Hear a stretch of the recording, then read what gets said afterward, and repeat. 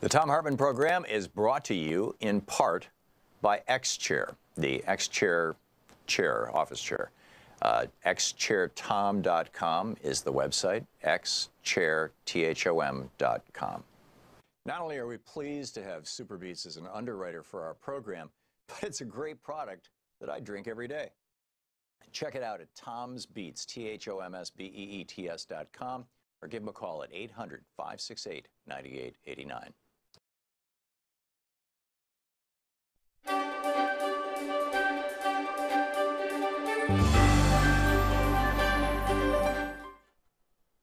It's the Thom Hartmann University Book Club. Today we're reading from Seize the Time, the story of the Black Panther Party and Huey P. Newton by Bobby Seale. This is from page 85, a subchapter titled Huey Backs the Pigs Down. And there are a few words in here that I'll be filling in, as it were. They're walking, he says, one day as we were walking out of the office, I guess we'd been there about a month or so, a pig passed by. He saw us coming out of the office with shotguns and pistols on our sides. About 6 or 7 of us came out of the office there in the daytime, and we looked at the pig as he passed by, and he jumped on his radio because he saw us coming out of the office with these pieces and stuff. We had just finished field stripping weapons, learning about 00 buckshot, learning about the 9mm and the .45, and having a political education session. We had a .45 and a .357 Magnum in the group and a couple of M1s. We had 3 or 4 shotguns by then. We bought up guns like a son of a bitch then. The pig went down 2 blocks and turned around, came back up the other side of the street. They were building rapid transit, BART, right down from Grove Street there, and we went up the other side of the boulevard and came back. We readily assessed that the pigs were ready to see what the F was happening, that this pig had radioed in, and he was running it down, how he had, quote, seen some N-words come out of a place here with some guns and blop, blop, de bloop, etc., come out of this office with guns and stuff. He was radioing into other pigs to help get him. Huey had his father's car that day. And he goes through that whole thing. So anyhow, the police pull him over, and Huey got in the car, and the pig came up to the window. You have any driver's license? So Huey rolled the window down. That wasn't more than a 3 or 4 inch crack in the window. Huey handed his license out the window. Is this your true name, the pig said? And Huey said, yes, that's my true name, Huey P. Newton. Is this your true address, 841 47th Street? And Huey said, yep, that's my true address, 841 47th Street. And what are you doing with the guns? And Huey said, what are you doing with your gun? This particular pig decided he wasn't going to argue, so he went back and got his little writing pad there where they fill out S-word. Your true name is Huey P. Newton? Huey said, that's right. The pig wrote it down. Your true address is 841 47th Street? Huey said, that's right. The pig then looked at his license. What's your phone number? And Huey said, 5, and stopped and wouldn't say anything else. And the pig said, 5 what? And this is when all the S-word between the pig and the party and the pigs began. Huey said, the Fifth Amendment. You ever heard of it? Don't you know about the constitutional right of a person not to testify against himself? 5, I don't have to give you anything but my identification, name, and address, so therefore I don't even want to talk to you. You can leave my car and leave me alone. I don't even want to hear you. What do you mean, the pig said. And Huey said, just what I said. The constitutional right of any man is that he doesn't have to testify against himself. And Huey had a big M1 sitting to his right with his hand on it. I had this 9mm sitting beside me, and Huey had this M1 at his side. Huey was driving. 4 other brothers were in the back seat. One of them was Bobby Hutton. They were being quiet because Huey told him to be quiet. And the pig is going crazy. He's by himself, and Huey's got all these black N-words in the car going for the MFer. Meanwhile, while the pig is trying to get bad, 3 cars drove up behind us and 1 in the front. Some more were in the driveway. Blop, blop, blop de blue. Then another car came in front of us. A pig jumped out of the car, walked up to our car, and said through the crack in the window with a hoggish voice trying to sound intimidating, what's going on here? And Huey said, the same basic procedures that are supposed to go on. Huey rolled the window down another 5 or 6 inches. The pigs were looking at the guns in the car. Can I see that pistol there? One of the pigs said. No, you can't see it, Huey told him. I was beginning to get skeptical about what was happening because he pointed to my 9mm pistol. Huey was on probation, and if they thought that this was Huey's pistol, I didn't know this law stuff the way Huey knew it, so I moved the pistol over beside me real close. It had been lying in the middle of the seat. I said, no, you can't see it. Huey said, no, you can't see the pistol, nor this, pointing to his rifle. And you don't want to look, and I don't want you to look at it. You don't have to look at it. Is that your pistol? He asked Huey. And I said, no, it's not his pistol, it's my pistol. I said that because I was thinking the man's going to jump on Huey because he already told me about the probation law. If he gets caught with a pistol, he's burned. But if he gets caught with a rifle, the man can't mess with him because his probation officer told him he can carry a rifle or shotgun and he couldn't stop him. The pig said, can I see it or not? So Huey said to me, I'll talk. And then he said to the pig, no, you can't see the pistol. Get away from the car. We don't want you around the car, and that's all there is to it. Well, I can ask him if I can see his pistol or not, the pig says. So I says, well, you can't see my pistol.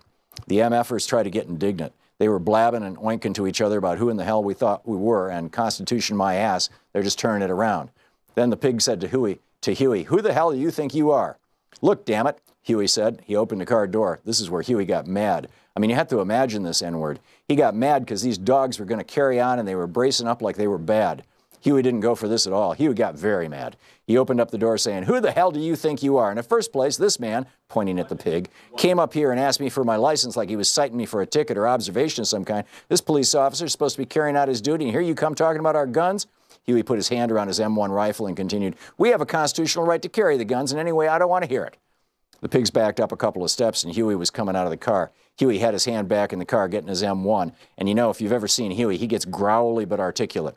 He came out of the car with his M1. Huey knows this law so well that he wouldn't have had the one M1 loaded inside the car. So he came out of the car, he dropped around into the chamber right away. Clack, clop. Who do you think you all are anyway? Huey said to the pigs. And the pigs were all on the sidewalk harassing all the brothers and sisters who gathered around. You move on down the street, said the pig. Huey started interrupting. You don't have to move down the street. Don't go anywhere. These pigs can't keep you from observing. Greetings, my friends, patriots, lovers of democracy, truth, and justice, believers in peace, freedom, and the American way. Thom Hartmann here with you. It is Friday. Congressman Pocan was not available to us on Wednesday, so here he is today. Thank you so much. Congressman Pocan is the co-chair of the Congressional Progressive Caucus. He also represents brilliantly the 2nd District of Wisconsin, and apparently several other districts in the neighborhood where he shows up, like Paul Ryan's district, because Paul Ryan won't do town halls there, so Congressman Pocan does. Pocan.house.gov is his website. You can tweet him at Rep, R-E-P, Mark Pocan, and he will be with us for the whole hour taking your calls at 202-808-9925. Congressman, welcome back. Hey, thanks, Tom. Very glad to be here. And so it's Middays with Mark on Anything Goes Friday. And after this first hour, it'll be Anything Goes Friday. I'm curious your thoughts on the tariffs. Both Mexico and Canada have reacted, and I guess Europe is reacting too. Your thoughts on all this? You know, it's not much different from when he first started talking about tariffs. Is we've still been waiting to see cohesive, comprehensive, understandable policy about trade from this president, because we really haven't. You know, much of those of us who've been concerned about trade for a very long time based on labor law, sovereignty issues around the ISDS provisions, environment, et cetera, you know, we come at this from a very different place than Donald Trump. Donald Trump largely comes at this from a xenophobic sort of background. So during the election cycle, the top lines he said certainly were reasonable, right? That we should have fair trade and that we've got trade imbalances and we need to address that and we could have better trade deals. The problem is he hasn't shown any understanding beyond those sentences. And now when we see some of the tariffs, you know, instead of going after China, which everyone knows is probably one of the bigger issues that we have out there, we're going after some neighboring countries, and in some cases, the president's even saying things that don't make sense. Like on German cars, a lot of German car manufacturers have facilities making cars here in the United States. So, again, it just goes to, if I thought he actually knew what he was doing and understood the issue, and it wasn't just because he's America first for a xenophobic reason, I would have a little more comfort. But right now I've got some real, indigestion on what he's doing, because I don't know if in the long run it'll accomplish any of the goals of those of us who've been working for years on this issue. Yeah, there was a long piece in the Financial Times about this morning, and of course they're free traders. I mean, you know, they're in with the neoliberal consensus, and which both you and I and Donald Trump theoretically disagree with. But their point was, you know, if he was doing this in a way that had a coherent organizational structure or framework around it with a clear philosophical base so you could predict where he was going and what was going to be next, and if he was doing it in anything more than 5-year tranches, I mean, apparently the Canadians pulled out of NAFTA when Mike Pence insisted that after 5 years it go away. And I think that's because Mike Pence is thinking, you know, 6-7 years, he might be president if he, you know. And you know, Pence represents the corporate side of the Republican Party. He represents the Chamber of Commerce and whatnot, whereas Trump represents the racist part of the Republican coalition. You know, the business, according to the Financial Times, business just, you know, they're just throwing their hands up in the air because they can't, you know, they've got to have some level of certainty.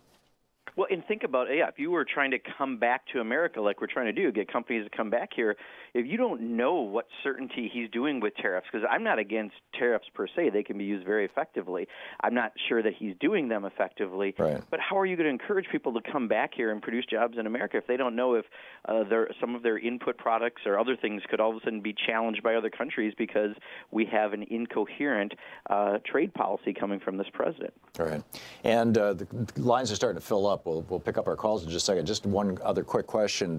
I understand that the leadership of the Democratic Party has taken a position now on the intentional breaking up of families, and a new policy started under the Trump administration in a big way, for which he is weirdly blaming Democrats. Exactly. I mean, you know, this is, again, you know, Donald Trump. If his lips are moving, he's likely lying. And in one of his tweets that he put out, he basically said this is a policy you got to blame the Democrats, when we know it's his administration that's made the case to separate families, is trying to somehow disincentivize people from coming. But, you know, in some cases, they're literally ripping babies from the arms of mothers who are seeking asylum. It's not like people sneaking into the country and, you know, some of the things that people don't like about what they think is the issue. But this is asylum seekers, women and families with babies being separated to maybe never get back together again. And you know, the Democratic leadership in both the House and the Senate today put out a statement. Obviously, many members have been saying this for, you know, quite a while, especially since it got a big focus at the end of last week. But I'm hoping that when we all go back next week, this is something that gets a lot more attention. Yeah, if you're a parent, just imagine this Republican policy of tearing your child from your arms and imprisoning both of you and you have no idea if you'll ever see that child again, or if they're going to end up, being sold off to human traffickers, which apparently has happened. And if you don't have children, just imagine yourself as a child being torn away from your parents. It's just mind-boggling. It's just family values, Tom. Yeah, right. Yeah. So let's pick up some phone calls here and, see where we're going with all this. Kyle in Enid, Oklahoma. You are on the air with Congressman Mark Pocan. It's our Middays with Mark Friday edition. Well, thank you guys for taking my call. Congressman, I just heard something this morning that really, really disturbs me even more than all the other things that we're hearing about the president. And you may already know this, Tom, but he came out, and I don't know, it was Eastern time, of course, and tweeted an hour before the markets opened how, I'm paraphrasing, eager he was to see the jobs numbers. Right. Everybody needs to see the jobs numbers. Now, I was a broker for a lot of years. I know that and knowing what you all are saying and what I agree with about his personality, he wanted to draw attention. He had seen the numbers already. Right. Now, he's basically revealing insider information here, Kyle. Yes. How can Congress sit back? I'd go to prison if I did that. If I had tapped into those numbers and distributed them to one person and was caught, this thing is getting out of control in a hurry. Why won't Congress, if this won't create a situation that Congress would put their foot down, I don't know what would. If I'd have caught that an hour before the open, I could have made some money. I know the market didn't explode off of the numbers, but you can't do these things. You just can't do this. I don't even know. I used to say Trump has taken us into the twilight zone. Now I'm saying I'm feeling more like he's taking me into hell. I don't know what's going on with this guy. It's a banana republic, Kyle. Congressman? Yeah, Kyle, I mean, I had the same reaction you did. I saw the tweet, I think it was at 7:15 or so this morning, my time, a good hour before they came out. And, watching the administration try to spin now that, he didn't say they were going to be good or anything. It's like, well, come on, Donald Trump is such a narcissist. He only puts things out there going to make him look good. So he clearly did that. And you're right, he could have had a real impact on markets and everything else, both good and bad, potentially, when he does something that he shares information that he's not supposed to share as a leader. So, at some point, they're not going to be able to share with him if he's going to do this, but of course his people will continue to do that. We may have to start looking at, again, more restrictions on the presidency because we have a president that can't be trusted. And I just think it's ironic. I think you'll appreciate this, Kyle, is, the moving trading places. Remember was it the orange juice futures? I think remember how extensive and important that report was and the effect it had on the market and how they used that? That's what this is. When you have information like this and you release it in a way that doesn't follow the official format, you can have huge impacts. And, maybe Donald Trump will understand it better if we have him watch Trading Places again. You almost wonder if he had a conversation with Carl Icahn on the phone and then thought, oh, my God, I got to cover this up. And who knows? I don't know. Yeah. Anyhow, hang on.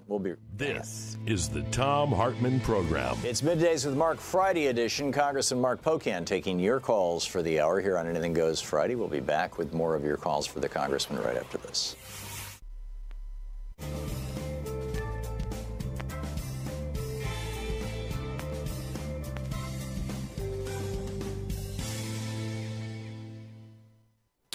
And welcome back. David, watching Free Speech TV on DirecTV in Greenfield, California. And by the way, for our Free Speech TV viewers, Sling TV, which many of us use who have cut the cord and no longer have cable TV, Sling, which is owned by DirecTV, just put Free Speech TV on their lineup. It's in the block of news channels, right? It goes MSNBC, Headline News, BBC, and Free Speech TV. So there you go.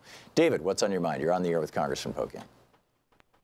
Thank you for taking my call. I'm calling about a gross misuse of executive powers. Trump asked the Postmaster General multiple times to double the shipping rates for Amazon for payback for Washington Post stories about Trump. Could one of you two please call Bernie Sanders regarding questioning the Postmaster under oath in the committee that oversees the Post Office about this request for an increase in shipping rates. For the record, Donald did drain the Washington swamp, unfortunately, into the Trump sewer, a.k.a. the Trump administration. Yeah. Yeah, you, David, I mean, a great point you make. Fortunately, he doesn't have the power to have them change the rates, at least directly. He certainly can try to put on pressure indirectly. But you're right. The profitable part of the post office right now is not on delivering first-class mail. It's on our package delivery.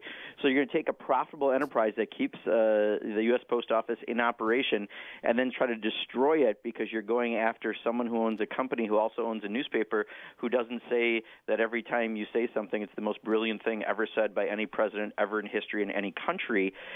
This is his reaction. And it's so, again, just Trump ridiculous that we get used to, but luckily he doesn't have the direct power to. I'm hoping that the committee in the House that has oversight is the Oversight and Government Reform Committee. I'm hoping that some of those folks will be taking that opportunity when the post office is in front of them, which happens pretty much every year. Is Trey Gowdy on that committee? Isn't he the chair of that committee?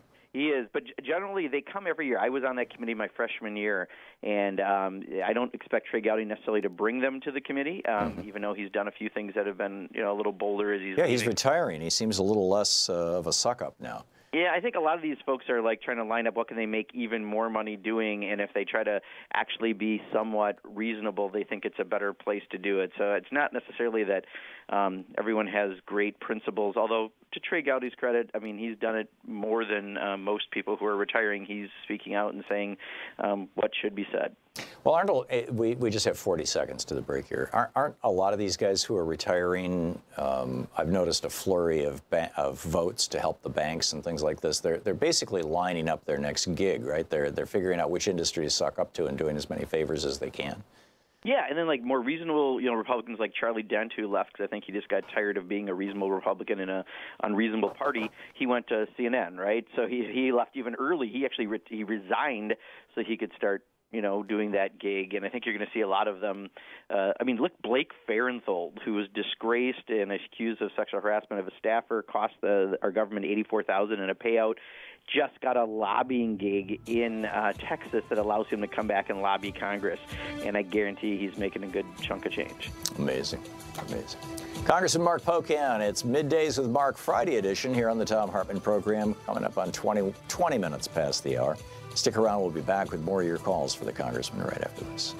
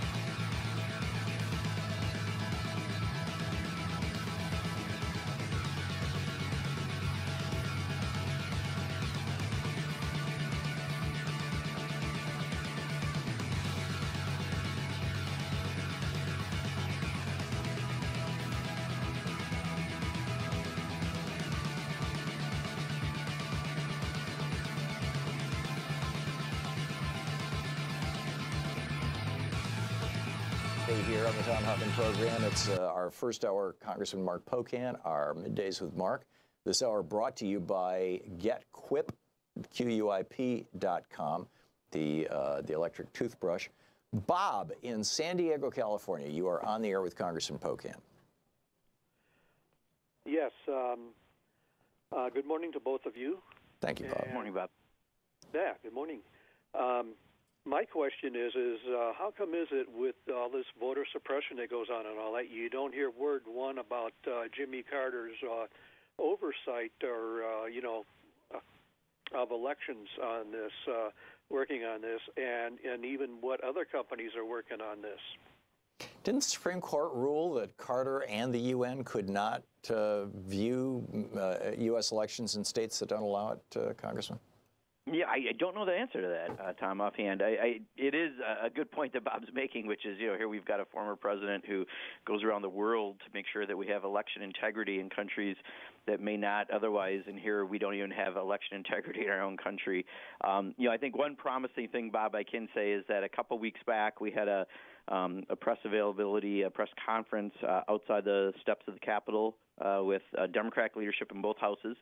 John Sarbanes from Maryland leads up a lot of our good government efforts in Congress, and we actually added a plank to the Better Deal package that Democratic leadership is promoting for going into the fall. But a big part of it was on election integrity, government ethics, campaign finance reform, and I think that's really positive because there are a lot of bills that when we take the majority, we are going to need to pass to make sure that everyone has that very important ability to vote and that their vote is counted and they don't have to worry about outside interference like we saw in 2016. So I think there are really good things moving on that front, and even if it's not Jimmy Carter, I'm seeing it among my colleagues, and I think that's new from what I've seen previously. Leslie in Central Square, New York. You're on the air with Congressman Pocan. Hello, this is Leslie Dean. I want to go back to the NDAA again, okay? Because it's passed again, and this is the National Defense Authorization Act, a.k.a. our semi-annual funding for the Pentagon, or biannual, or whatever the word is. Okay. In the NDAA, in 1948, it was called the Smith-Monnet Act that said that the government cannot lie to the people, okay? 2012, Obama attacked that, okay? And also you have in this bill, everybody should know, but they don't, that it gives the president the right to take any person away and never see him again. Okay? Now, how can that was finished off to be fully taken out, that Smith-Monnet Act was turned around, and so now they can totally lie to the people, okay? The government can, all right? Legally. Now, when that was Leslie, what's your question? Okay, and this last time that it was passed in 18, there was 87 in the Senate. 87 voted for this thing. 7 Democrats. Leslie, what's your question? The question is, how could that happen? That our Senate, especially the Democrats, would vote for something. Okay, I got it. Congressman, Leslie made a number of claims that I'm not sure are actually true. Your thoughts on all this? So let me say this to Leslie. So, I voted against it in the House, as did many members of the Progressive Caucus, for a lot of reasons, right? It's a lot of money that we're putting into defense that we think should be going elsewhere that will help people in this country. This year, the process in the House was especially egregious. There were over 600 amendments introduced, and I think only about 10 or 15, maybe 15 made in order, 2 of which were to ensure American-made cutlery on our ships, but nothing was taken up that I had on Yemen or on Gaza or any other thing that should belong in an NDAA bill. So the whole process this time on the House was especially egregious.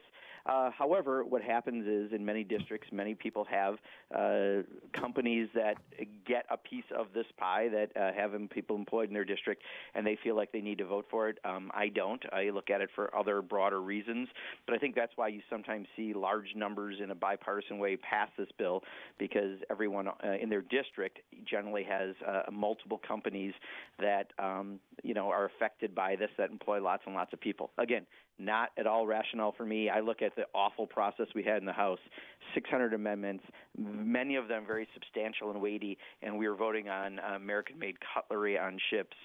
It was a bad, pathetic process. Well, it sounds like a knife manufacturer made an investment in a member of Congress. Yeah, someone in their district makes cutlery, and honestly, I have Fairbanks Morse in my district who makes these big engines for ships, and we're supposed to, for American, especially military ships, buy American-made products for lots of good reasons. The Coast Guard and some others don't always do that. But you know, I don't put an amendment per se in there, but for someone to put it on cutlery and to make that in order when, you know, real substantial issues like aiding in what's going on in Yemen, or not even beginning to even take a look at what's happening in Gaza right now, you know, that's just how ridiculous it was. We couldn't take up anything of substance. Instead, we took up those kind of amendments. Yeah, and this thing's become a giant slush fund. Yeah. Remarkable. 27 minutes past the hour. Congressman Mark Pocan, the co-chair of the Congressional Progressive Caucus, representing the 2nd District of Wisconsin, is taking your calls for the hour in the Friday edition of Middays with Mark. We'll be back with more of your calls for the Congressman right after this. You're listening to the Thom Hartmann Program. Call 202-808-9925.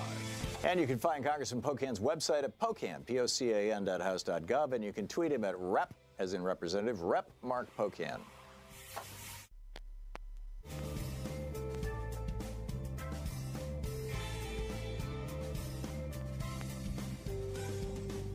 Thom Hartmann University Book Club. Today we're reading from my book, We the People, A Call to Take Back America, which was published back in 2004. This was during the Bush administration. It's an illustrated nonfiction book, and this is from the chapter titled They're Back, page 84.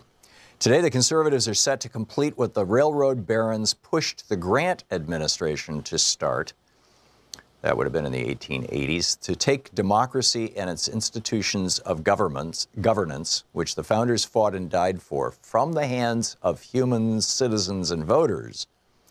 They're handing control to the very types of monopolistic corporations the founders fought against when they led the Tea Party revolt against the East India Company in Boston Harbor in 1773. In June of 2003, despite protests from millions of Americans, corporate-friendly Michael Powell's FCC lifted some of the last tattered restrictions on media ownership, allowing absolute concentration of the voices we hear into a tiny number of corporate hands. On another front, a major multinational corporation has claimed the right to deceive people in its PR as its First Amendment right to free speech. The New York Times Corporation editorialized in support. Even the ACLU, unable to see the forest for the trees, adopted a misguided advocacy seeking to preserve First Amendment rights, even for corporations who don't legitimately warrant them. In addition, as much as half the federal workforce is slated to be replaced by corporate workers under a new Bush edict. Keep in mind, this was 2004. Government, which doesn't have constitutional human rights of privacy and so is answerable to we the people, will then, once big chunks of government are privatized, will then be able to use Fourth Amendment rights of privacy to hide what those workers do and how they do it from the prying eyes of citizens and voters. In a similar fashion, corporate-owned and thus unaccountable to the people voting machines are being installed nationwide. In the last election, these machines often produced vote results so different from exit polls that pollsters who have been successfully calling elections for over 50 years threw their hands up and closed shop. And in the ultimate irony, the man in charge of the Bush administration's economic policy, Secretary of Treasury John Snow, is a multimillionaire campaign contributor, chairman of the Business Roundtable, an elite core of 100 of the nation's most powerful corporate CEOs, and himself a railroad baron.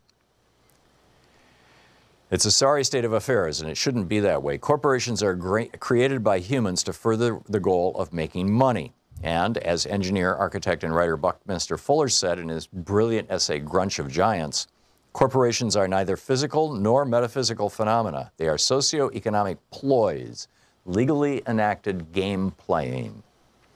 Corporations are non-living, non-breathing legal fictions. They feel no pain. They don't need clean water to drink, fresh air to breathe, healthy food to consume. They can live forever. They can't be put in prison.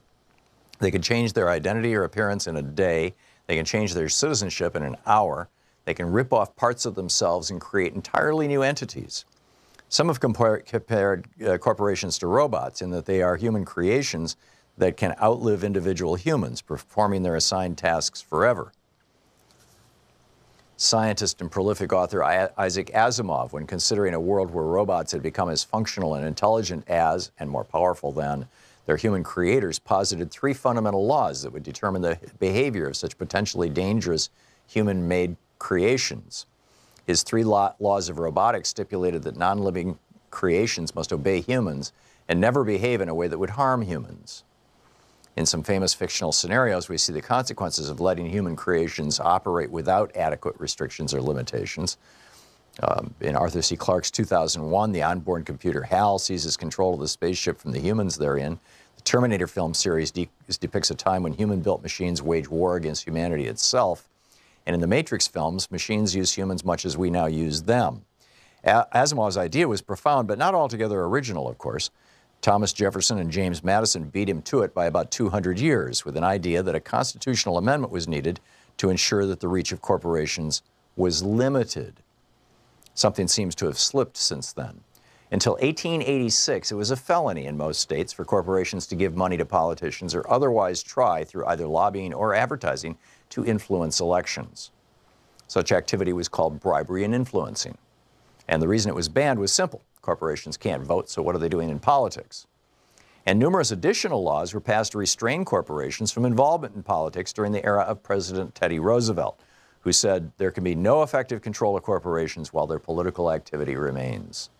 In Wisconsin, for example, the penalty for any corporate official violating the law and getting cozy with politicians on behalf of the corporation was 5 years in prison and a substantial fine. Prior to 1886, corporations were referred to in U.S. law as artificial persons, similar to the way Star Trek portrays a human-looking robot named Data. Like Asimov's 3 laws of robotics, state laws like that of Wisconsin prevented corporations from harming humans while still allowing people to create their robots, their corporations, and use them to make money. The Wisconsin law said no corporation doing business in this state shall pay or contribute or offer consent or agree to pay or contribute directly or indirectly any money, property, free service of its officers, employees, or thing of value to any political party, organization, committee, or individual for any political purpose whatsoever. We the people.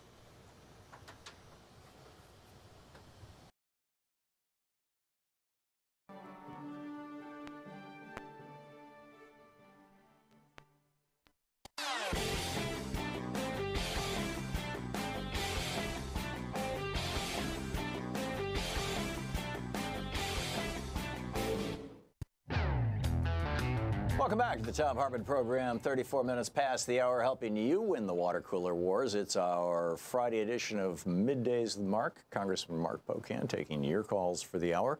Russ in Hickory Hills, Illinois. Russ, you are on the air with Congressman Pocan.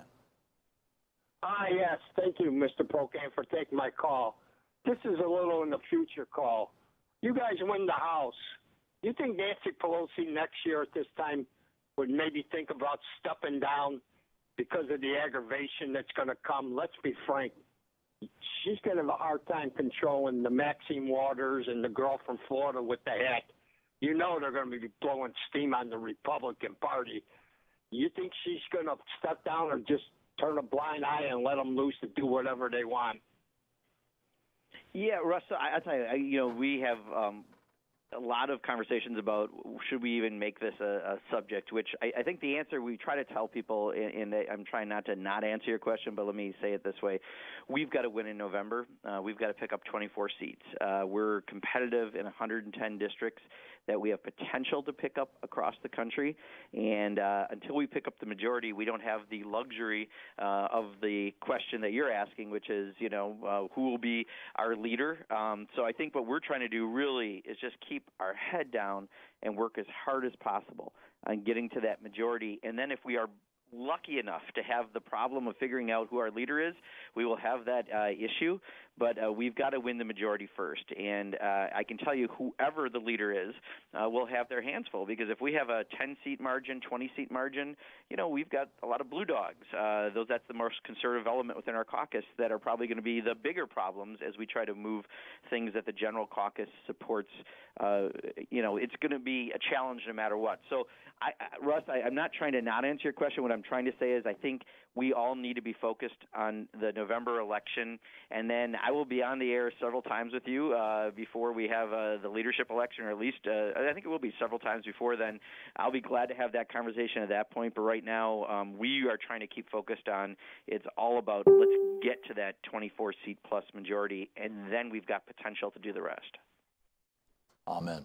Don in Winsboro, South Carolina. You're on the air with Congressman Mark Pocan. Hey, Tom and Representative. How are you gentlemen today? Good. Good, Don. Thank you. I called you about 2 weeks ago, Tom, and spoke to you about an Armed Forces retirement home. Yeah. 2 of them. Yeah, you said. And I'd like the Representative Pocan, if he could, if someone could, on his staff could look into it and see what's going on. What I explained before was these 2 retirement homes, Armed Forces retirement homes, have got residents in both the homes, and they've given up whatever lifestyle they had to move into these homes. Most of them because of their health and age. Now the home is saying, come 1 October, they're going to increase the fee for the residents from 40% to 60% of their gross income. Many of these people, that will take up almost every cent they have, and they'll get a stripping from the home to get the necessities that they need. These people have not gotten any warning that the cost was going to go from 40% of their gross income to 60%.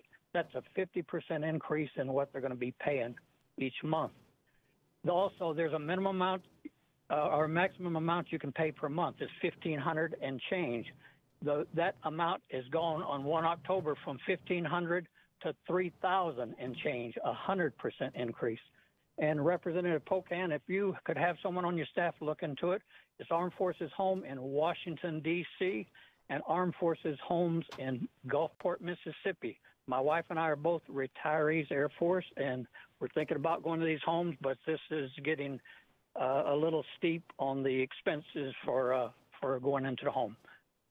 Don, thank you for that, and I will be glad to. So Gulfport, Mississippi, and Washington, D.C. Okay, so I will definitely look into it. This is one of the sad stories, Don, that at a time that we have put so much extra money into the Defense Department for Army contractors and I should say military contractors, that we're not taking care of the people who've already served this country or are serving this country. I know Donald Trump tried to claim he was the only person to provide increases in pay, and then, of course, all the articles are showing how that's not true, that there have been bigger increases and all the rest. But especially on the retiree side, I would argue, Tom, that we have a retiree crisis coming very quickly in this country. The fact that so many people are independent contractors right now, I think it's 70 million people are estimated to be independent contractors. Many miscategorized that way who won't have any kind of retirement, that we are in a real point of we've got to address it as a country, or else we're going to have people living in poverty in their senior years. And Don, as you said, 50% increases and those kind of giant increases are an awful lot for people who have served this country and are living in those facilities. So I'll be glad to look into it, but it is one of the sad states of affairs that this is what the Trump administration sees as a way to try to save money, as opposed to the additional nuclear weapons that he wants us to have when we already have thousands. Joe in Kent, Washington, listening on KBCS. You're on the air with Congressman Mark Pocan. Hello, Congressman. Hi, Joe. I'm like a wannabe political cartoonist without the talent, but I've had one floating around my head for a while, and that's Trump's let's drain the swamp. Mm-hmm. Well, I think what he's done is instead of draining the swamp, he's created a cesspool, no, even a cesspool with a whole lot of floaters. Such as the boss and the EPA guy, and yeah, that's that. So do you have a question, Joe, or is that your comment? Well, no, I just wanted to throw that out. Okay, great, Congressman. On radio, thank you. Okay, Congressman, your thoughts on that? Yeah, Joe, I'll tell you, even though I know you're saying it in jest, looking at, as a cartoonist, how you would depict what's happened, I think you're putting your thumb on something that I think is one of the most underrated reasons why Donald Trump was successful. We know that in many ways Bernie Sanders and Donald Trump had a very similar message around the rigged system. Now, Donald Trump, of course, didn't mean it, but he got a very good phrase in there, drain the swamp. We know that he's dredged even a bigger swamp. He's built a high-rise luxury condo on the swamp. I mean, it's anything. He's just put his own class of swamp creature in. But it really resonated because so many people economically feel like they aren't better off when the economy has come back for the stock market and for productivity and for the wealthiest. It hasn't yet done that for everyone else. So I think, where we would make a huge mistake if we don't recognize that Donald Trump was brilliant in dealing with the drain the swamp. Where we have to be able to respond back, and we did polling on this, Tom, for the Progressive Caucus in 30 competitive congressional districts, people consider the swamp also to be big banks and big corporations. And if we don't recognize that because they toss a nickel or two our way at campaign time, we don't deserve to be in the majority. And I think that issue of drain the swamp really does resonate very, very strongly. People across the political spectrum still feel like the system is rigged against them, and it is. And we have to be honest enough and willing enough to say that in how we would address it. Carl in Greenville, South Carolina. You're on the air with Congressman Mark Pocan. Well, thank you very much. My name is Carl Rudd, and I have been watching your show for a little while, and I love it. It's a whole lot better than mainstream media. Thank you. I would like to ask the congressman what his response is going to be and what Congress's response is going to be about the $21 trillion of unaccounted for spending. From what I see on my news feeds, it's mostly military. So I'm like Jethro Bodine. I've graduated fifth grade. I know my gazetas. $21 trillion of unaccounted for spending. That doesn't add up. So what is your response going to be to that, and what should Congress's response be?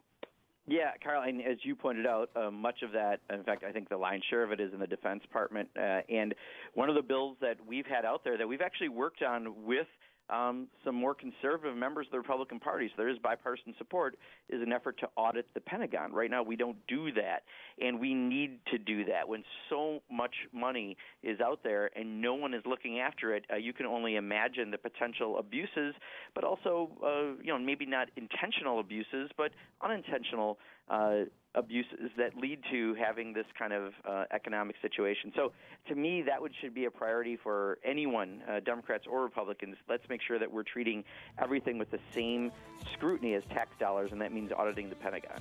Amen. We are talking with Congressman Mark Pocan. It's the Friday edition of Middays with Mark here on Anything Goes Friday on the Thom Hartmann Program. We will be back with more of your calls for Congressman Pocan in just a moment. It's coming up on 15 minutes before the top of the hour. Stick around. We'll be right back.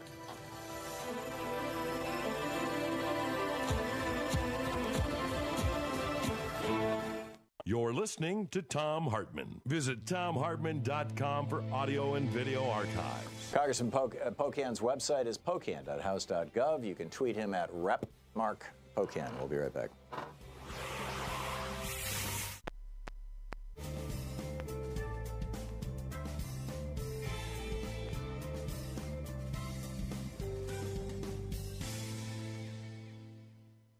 And welcome back. Vern in Wilhelmina, Oregon. Hey, Vern, you're on the air with Congressman Pocan. Wilhelmina, we say. Wilhelmina, thank you. Well, talking about corporations, I have a section of the Constitution that I've been interested in I ran it by the William O. Douglas back in the 70s. He said he couldn't talk about it because it hadn't come before, and it still hasn't come. Limitations on the states. It says no state shall enter any treaty, et cetera, and you get down to the bottom, it says, or law impairing the obligation of contracts. Law impairing the obligation of contracts, which is exactly what the corporate veil does. There's no responsibility for corporate ownership beyond their investment in the corporation itself. So it'd be pretty hard for the current Supreme Court to rule on that, but I just thought that's an interesting phrase in the... That is Article what? Section, where is that in the Constitution? It's Section 10, Article 2, I think. Article 2, Section 10. Okay, thank you. I think that's what it is. Congressman? Yeah, Vern, thanks for bringing that up. That is very interesting. I mean, we have got to a point. I read a really great article recently on a book, and I'm forgetting the name. It's a new book coming out, and they look at the last several decades and what we've done in this country to move to corporate and special interest power rather than to the people, and where we're at now because of it, which is exactly, again, why I think Bernie and to some degree Donald Trump's message around the rigged system resonates well, because we have done so much that give corporations this unique ability that probably supersedes what they should have. And Citizens United alone is one great example where basically they have First Amendment rights when it comes to campaign finance, which is ridiculous. And because of it, we've got a total skewing of the system with this large amounts of anonymous money coming into these outside groups. So, when Paul Ryan flies to Las Vegas to meet with Sheldon Adelson, walks out in the hallway while someone legally asked for the $26 million that he got because Sheldon Adelson got a giant tax break, people don't understand the connection between that and the corporate power and everything else that we're facing, and why we need to unrig the system. So, Vern, thanks for bringing up that specific point. I'm going to take a closer look at it. But, corporate power through Citizens United, it's one of the groups that's doing a lot of work on this, is one of the biggest issues if we could affect and say that a corporation is not a person and that money is not free speech, we would be so much better off. I think I'm reading this right now. It looks to me like this is the key to the change from the Articles of Confederation to the Constitution, which is to say from basically 13 independent nations with a trade agreement, which is what we were prior to 1787, to a federal government that has supremacy over the states, because it says, it goes through duties and all these other kind of things, and it says, and it shall be for the use of the Treasury of the United States, and all such laws shall be subject to the revision and control of Congress. So basically, it's just asserting the primacy of the federal government, as far as I can tell. Yeah. Congressman Mark Pocan is with us taking your calls. We'll be back with more of your calls for Congressman Pocan. Middays with Mark here on the Thom Hartmann Program. His website, pocan.house.gov, pocan.house.gov. You can tweet him at Rep, as in Representative Rep Mark, M-A-R-K, Pocan, P-O-C-A-N. We'll be right back.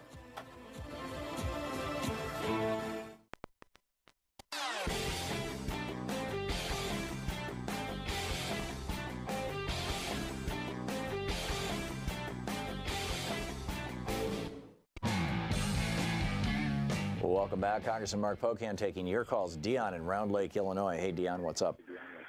Yeah, my parents, they went to Europe last week, and they talked to a college student there that had no debt, and she was able to work and graduate with a positive balance. And we had the opiate crisis, which a lot of them are unemployed. And I don't believe the job numbers. I think it's all a facade. And for me, I can actually make more money being on Social Security income than making minimum wage. So I will hope that you guys can address the full spectrum of the employment situation in elections.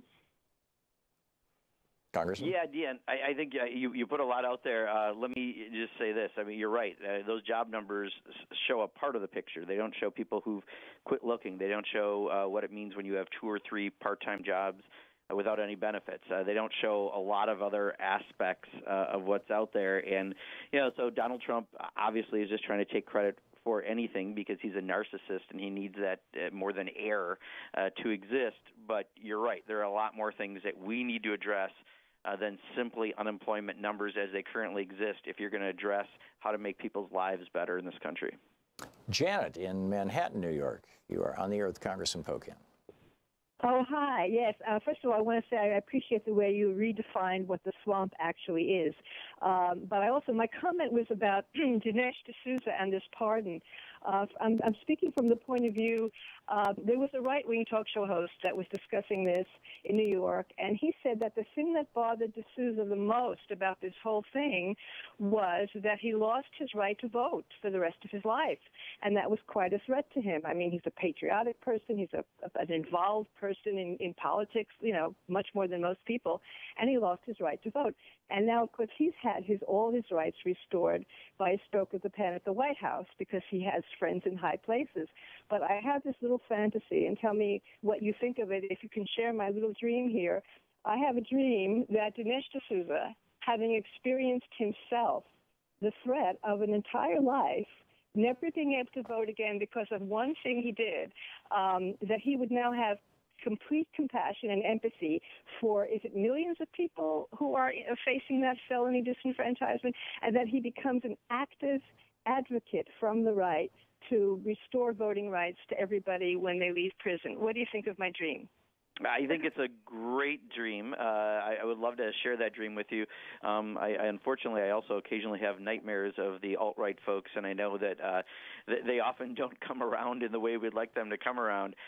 But you bring up a great point, Jet. And, you know, there's a bill that Keith Ellison and I have put out there, which is a constitutional amendment that would guarantee a right to vote, because in our Constitution there's not an explicit right to vote. We saw that through the Bush v. Gore decision and other things. And we talk about discrimination in areas where it's blocked people from vote, but we don't have an explicit right. If you did, you could very likely address all of these disenfranchisement issues across the country for various reasons, including people with felonies, because as you know, in some states you can never vote if you ever were a felon. In states like Wisconsin, it's once you're off paper.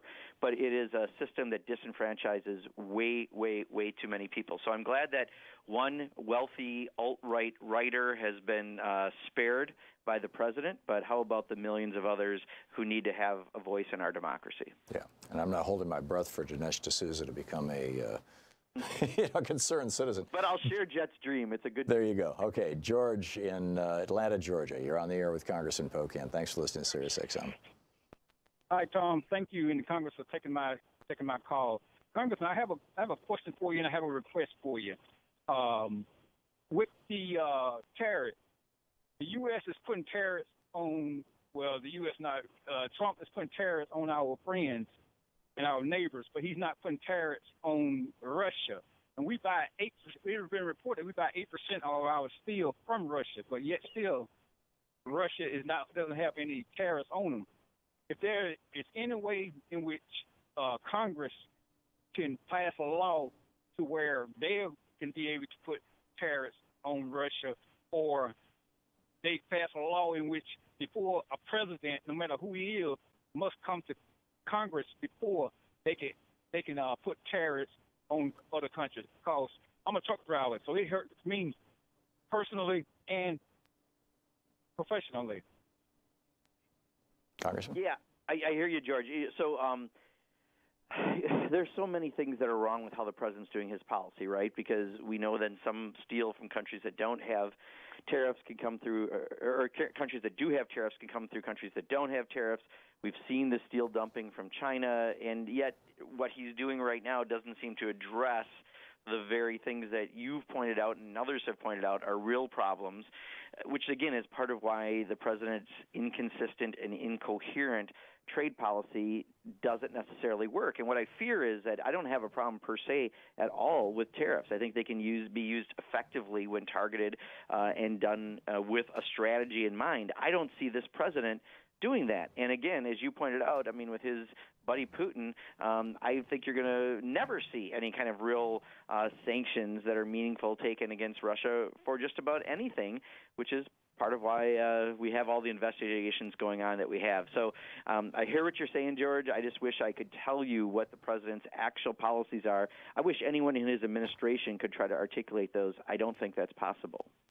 Charlene in Nokomis, Illinois. You are on the air with Congressman Pocan. Hi, Congressman Pocan. I was wanting to ask you about liberal news that we heard on Amy Goodman's show, Democracy Now! Last week, and The Intercept has made an animated video about it, that Democratic officials are working to stop progressive candidates in primaries all over the country, instead choosing to back corporate candidates that are business-friendly. They've got proof of it. A little guy called Levi Tillman in Denver, Colorado, he recorded Congressman Steny Hoyer telling him he's supposed to be the number 2 guy under Nancy Pelosi, telling him to drop out. You know, and also the DCCC, they say, has renewed its friendship with the Blue Dog Caucus, which is conservative, funded by Wall Street, big oil, big banks, to pick candidates that are, you know, corporate friendly. So we have a little less than a minute left here, Charlene. Let's get Congressman Pocan's thoughts on this. A lot on the table. Yeah, so Charlene, you did put a lot on the table, but I first of all, I don't think the DCCC should interfere in primaries, period. I think there has been a concern around California because of the jungle system where you could have 6 Democrats, 2 Republicans in a 60% Democratic district. If they split up the vote, the 2 candidates going forward could be Republicans. So that's always a dilemma. I don't understand that system, but I'm not making an excuse for the D-Trip to get involved. I think even worse when they go against one person but not for anyone, that seems even more astray. And I think when people try to talk someone out of running, like you saw in Colorado at that level from leadership, that doesn't serve us well. Let people figure out the primaries, like we just saw in a district in Nebraska. Now we need to have the DCCC get behind the Democrat in those races. And, I think as progressives, we do back progressive candidates. Blue Dogs can back more conservative candidates. But as a DCCC and as a party, it should be neutral. Congressman Mark Pocan, thank you so much, Congressman. Thank you, Tom. Again, appreciate it. Have a great weekend, everyone. Thank you. You too. Great talking with you. We'll be back. You're listening to Thom Hartmann.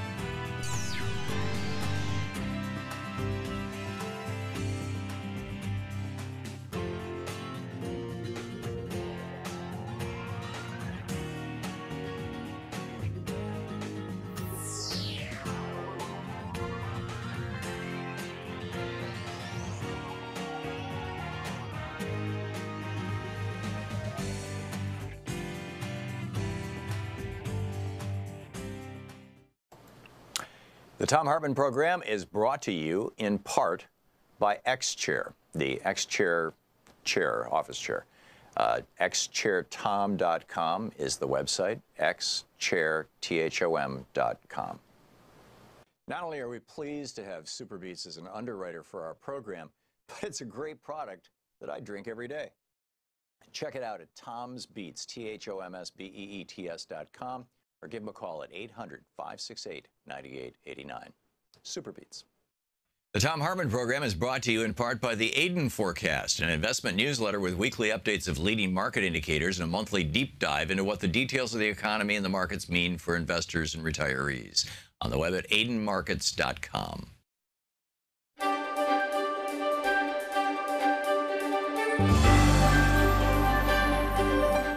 It's the Thom Hartmann University Book Club. Today we're reading from Notes on Debates in the Federal Convention of 1787, reported by James Madison. That would be the Constitutional Convention where everybody got together and wrote the Constitution. This is from Wednesday, August 22nd.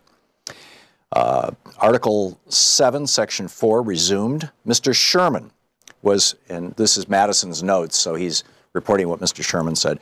Mr. Sherman was for leaving the clause as it stands. He disapproved of the slave trade. Yet as the states were now possessed of the right to import slaves, as the public good did not require it to be taken from them, and as it was expedient to have as few objections as possible to the proposed scheme of government. The proposal, by the way, was to ban the importation of slaves after 1808 with the assumption that the states would rapidly end slavery shortly thereafter. And you'll hear that in just a minute. It was expedient to have as few objections as possible to the proposed scheme of government. He thought it best to leave the matter as we find it. He observed that the abolition of slavery seemed to be going on in the U.S. and that the good sense of the several states would probably by degrees complete it soon. He urged on the convention the necessity of dispatching its business. Colonel Mason spoke. This infernal traffic originated in the avarice of British nations. The British government constantly checked the attempts of Virginia to put a stop to it. The present question concerns not the importing of slaves alone, but the whole Union. The evil of having slaves was experienced during the late war. Had slaves been treated as they might have been by the enemy, they would have proved dangerous instruments in their hands. What he's talking about is the British offering slaves freedom if they came and fought for the British.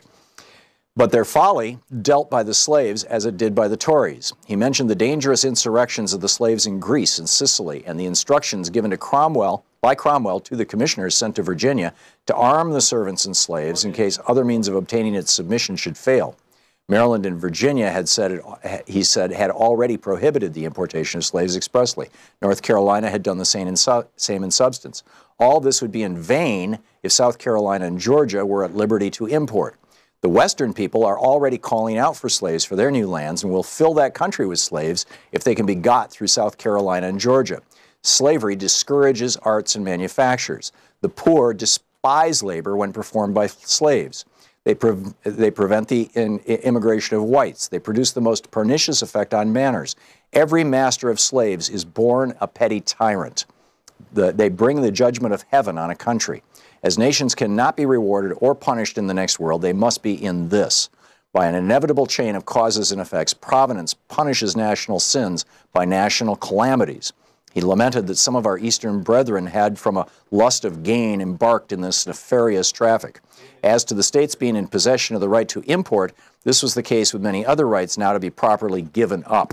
He held it essential in every point of view that when the general government should have the power to the general government should have the power to prevent the increase of slavery. Mr. Ellsworth rose to speak. As he had never owned a slave, could not judge on the effects of slavery on character. He said, however, that if it was to be considered in a moral light, we ought to go farther and free those already in our country. As slaves also multiply so fast in Virginia and Maryland that it is cheaper to raise than import them, whilst in the sickly rice swamps foreign supplies are necessary, if we go no further than is urged, we shall be unjust toward South Carolina and Georgia. Let us not intermeddle.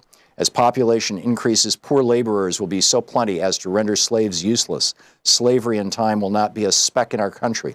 Provision is already made in Connecticut for abolishing it, and the abolition has already taken place in Massachusetts.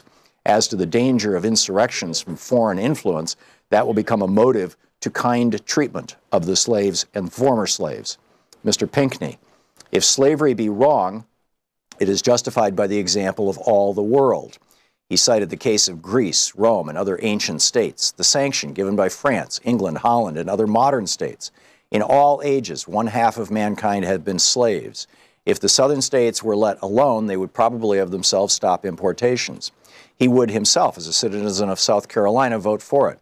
An attempt to take away the right as proposed will produce serious objections to the Constitution, which he wished to see adopted. General Pinckney rose to speak and declared it to be his firm opinion that if himself and all his colleagues were to sign the Constitution and use their personal influence, it would be of no avail towards obtaining the assent of their constituents. South Carolina and Georgia cannot do without slaves. As to Virginia, she will gain by stopping the importation. Her slaves will rise in value, and she has more than she wants. It would be unequal to require South Carolina and Georgia to confederate on such unequal terms. He said the royal assent before the Revolution had never been refused to South Carolina, as to Virginia. He contended that the importation of slaves would be for the interest of the whole Union. The more slaves, the more produce to employ the carrying trade, the more consumption also, and the more of this, the more of revenue for the common treasury. He admitted it to be reasonable that slaves should be dutied like other imports, but should consider a rejection of the clause as an exclusion of South Carolina from the Union. Mr. Baldwin rose to speak, said he had conceived national objects alone to be before the convention, not such as like the present were of a local nature. Georgia was decided on this point. That state was always hitherto supposed a general government. And on it goes. It's a fascinating insight into what these guys were thinking and debating.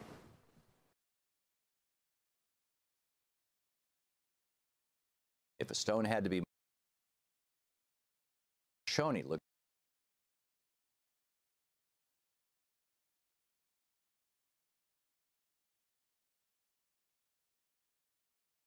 Last hours of it.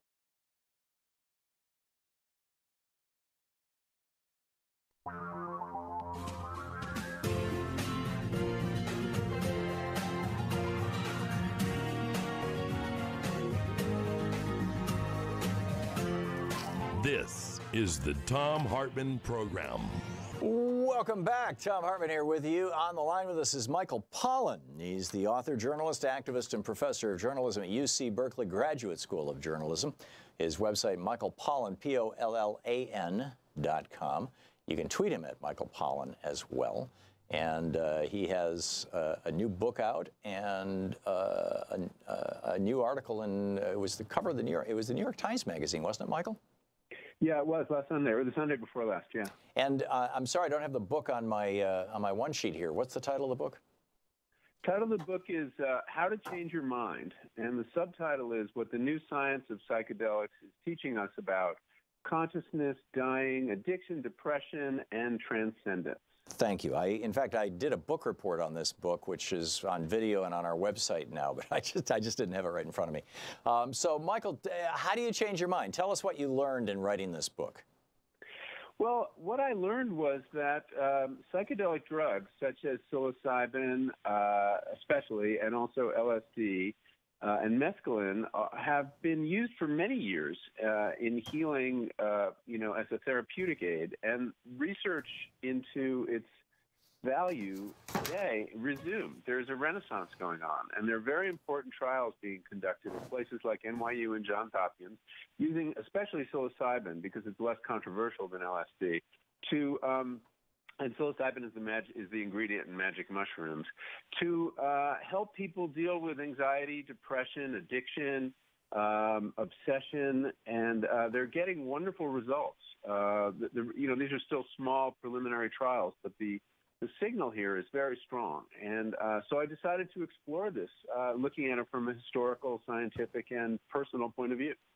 I had tried psychedelics, LSD, mescaline, psilocybin, back in the late 60s as a teenager. And by the way, I'm not recommending that teenagers do this, but just the knowledge, and as a result of that, I had this deep belief, this deep knowing that the world that I see around me is merely a piece of it all. And that the way my brain works is only a fragment of this greater universal consciousness. I mean, that was just so real. It literally altered the course of my life. And to this day, more than 50 years later, is still with me. Is that a common experience? Yeah, it is. And I've been really struck since I've been out talking about the book to audiences all over the country, how many people had an experience like yours, Tom, some powerful experience that pretty much they've kept in a box labeled weird drug experience for many, many years, but in fact was transformative. And the drugs appear to temporarily rewire the brain in a way that gives people a very fresh and powerful perspective on the scene of their own lives, and allows people to change. Most people do them at the age you were, as teenagers or in their early 20s. But it also appears that they have special value for people later in life. I was approaching 60 before I actually experimented with psychedelics. And by the time you're 60, you're kind of stuck in certain habits of thought, for better or worse. You kind of have these mental algorithms to help you navigate the day. But they tend to blind you to the present moment, to fresh experience, to wonder.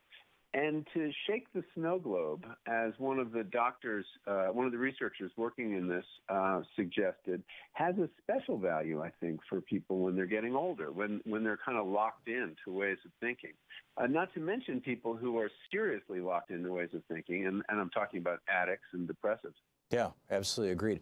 Although I would add, as perhaps a cautionary note, and I'd love to get your take on this. I know from reading I actually have your book right here in my hand now, How to Change Your Mind. And Michael was also the author of The Omnivore's Dilemma and has been on this program before about that.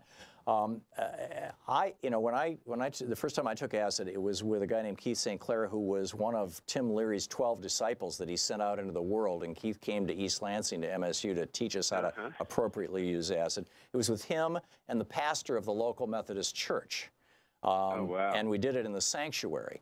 And then, and another experience I had with a group of Native Americans. Those were profound experiences. But I had friends who were taking acid and going to parties and ending up having just meltdown horror trips And so set and setting, I always thought set and setting has to be the beginning and end of the whole thing.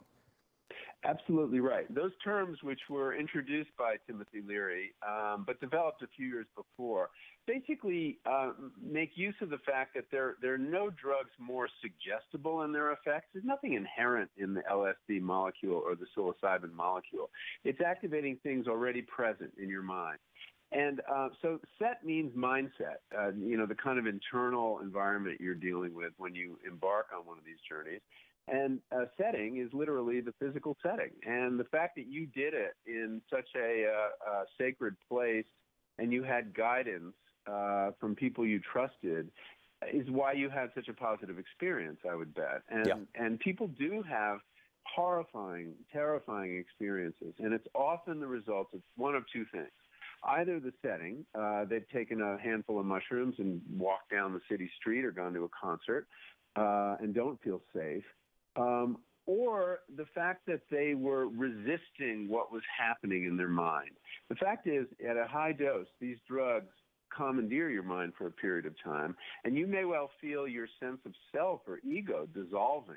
Now, that can be a terrifying experience, and if you resist it, you'll get very anxious.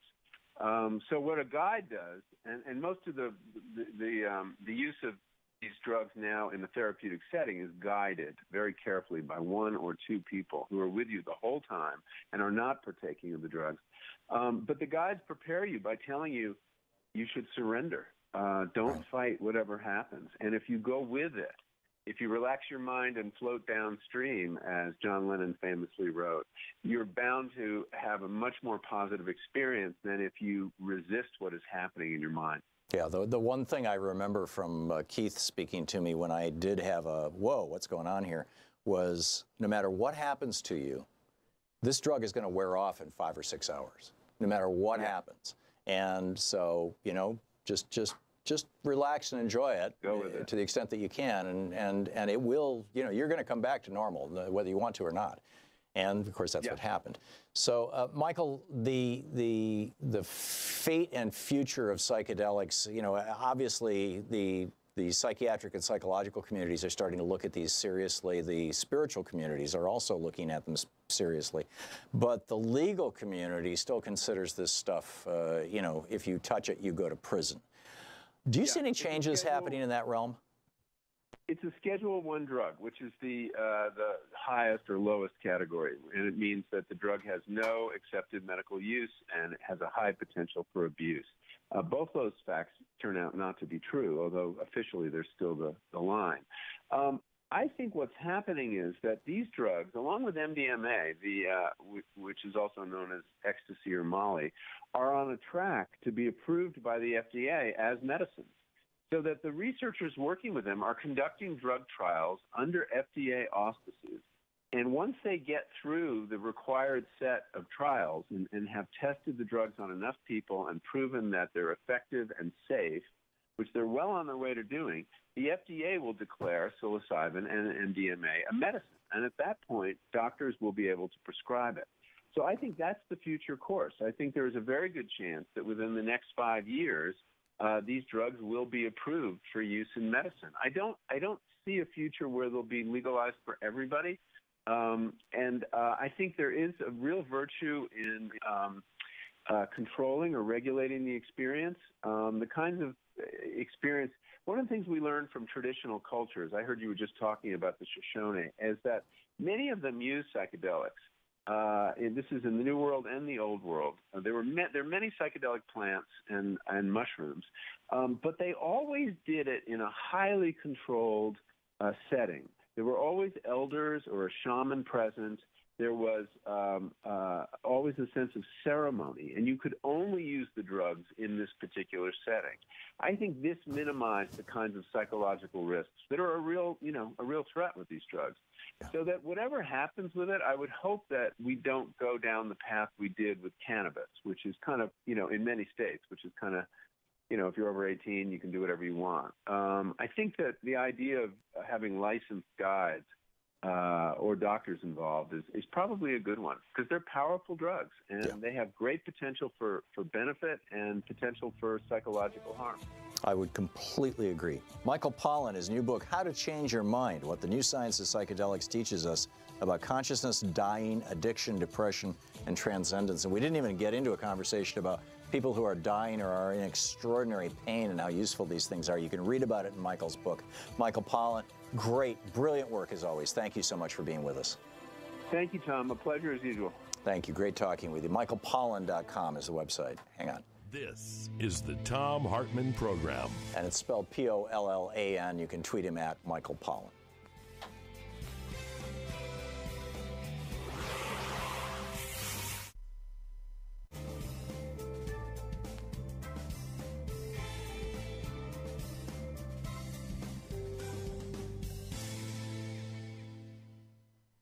And welcome back. James in Spokane, Washington. Hey, James, thanks for calling. What's on your mind today? Hey, Tom. If you got a minute, let me give you a quote first from the Republican, anyway, patron saint, Ronnie Reagan. Do you remember during the Patty Hearst kidnapping, Sudanese Liberation Army in California was demanding $1 million in food aid as ransom? Right, I remember it well, and it wasn't food for them. It was food for the poor people of, as I recall, Oakland? Oh, exactly. Reagan's quote was quite succinct. He said, "It's just too bad we can't have an epidemic of botulism." Jesus. Reagan actually said that? Yes. Wow. Absolutely. Somehow I missed that. I mean, I remember after Kent State, he referred to the brats who got what they had coming. Or words to that effect, or maybe it was just before Kent State, but it was right around that time. He was, he was no friend to young people who were rebelling, shall we say. Yeah. James, thanks for that story. Thanks for sharing that with us. I appreciate it. Kevin in Kirkwood, Pennsylvania. Hey, Kevin, what's up? Hello, Mr. Hartman. I just wanted to run by something I've been kicking around. It's with the latest vilification of the Democrats and any opposition member to Donald Trump. Do you see anything going on in this country through the Republican Party of an attempt of one-party rule in this country? Well, I think the Republican Party has been intent on establishing one-party rule for several decades. And in my opinion, that's the main goal of this major project that the Koch network put together with all these different groups from Americans for Prosperity to the Federalist Society to ALEC and everything else. And I think that they're trying to, if not nail down Republican rules, certainly nail down Republican philosophy by packing the courts right now after, for 8 years during the Obama administration, denying Obama the majority of his judicial appointees. So, yeah, I think that to the extent that you would call that a coup, it's been going on for at least a decade and arguably much longer. Yeah, that's what I've been noticing as well. It sort of scares me because in my local area, I'm always seeing people ride around with Hunt Democrat stickers on the back of their cars and just... Whoa, seriously? Oh, seriously. I've seen it more than once in my locale here. And it just, it's like with Donald Trump's, like, patting on the back of local or, dictators around the world, whether it's Erdogan or Kim Jong-un or, his latest comment with how great it was that the Chinese president is going to be there for life, how we should try that here. It's just that you see more people around the way embracing such an Not to mention his talking about the very fine people at Charlottesville who killed Heather Heyer. Right, exactly. You're right. It just scares me sometimes. What I got a daughter, I got a child, another child on the way. What's this country going to look like for them? Yeah. Well, that's the bad news, Keith, or Kevin, excuse me. And it's real easy to look at the micro moment and assume that it's always going to be that way. But Martin Luther King was right. Over time, we do see things moving in positive and progressive directions. It's literally the history of the world and the history of this country. And Donald Trump, in my opinion, is a wild anomaly. And that's why he's only got, this little core of 30% support, hardcore support. And it takes a billionaire-owned television network and billionaire-owned right-wing radio networks to keep him even, afloat, frankly. So I would be amazed 5 years from now or 6 or 7 years from now anyway, if there's even any remote vestige of the Trump administration beyond the damage that has been done to our court system. Kevin, thanks for the call. We'll be right back.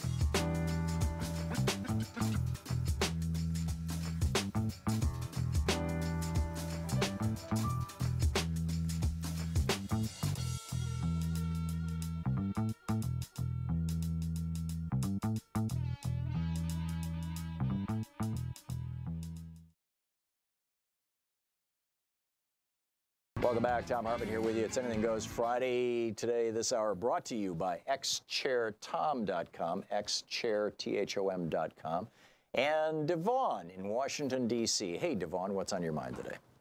Hey, Tom.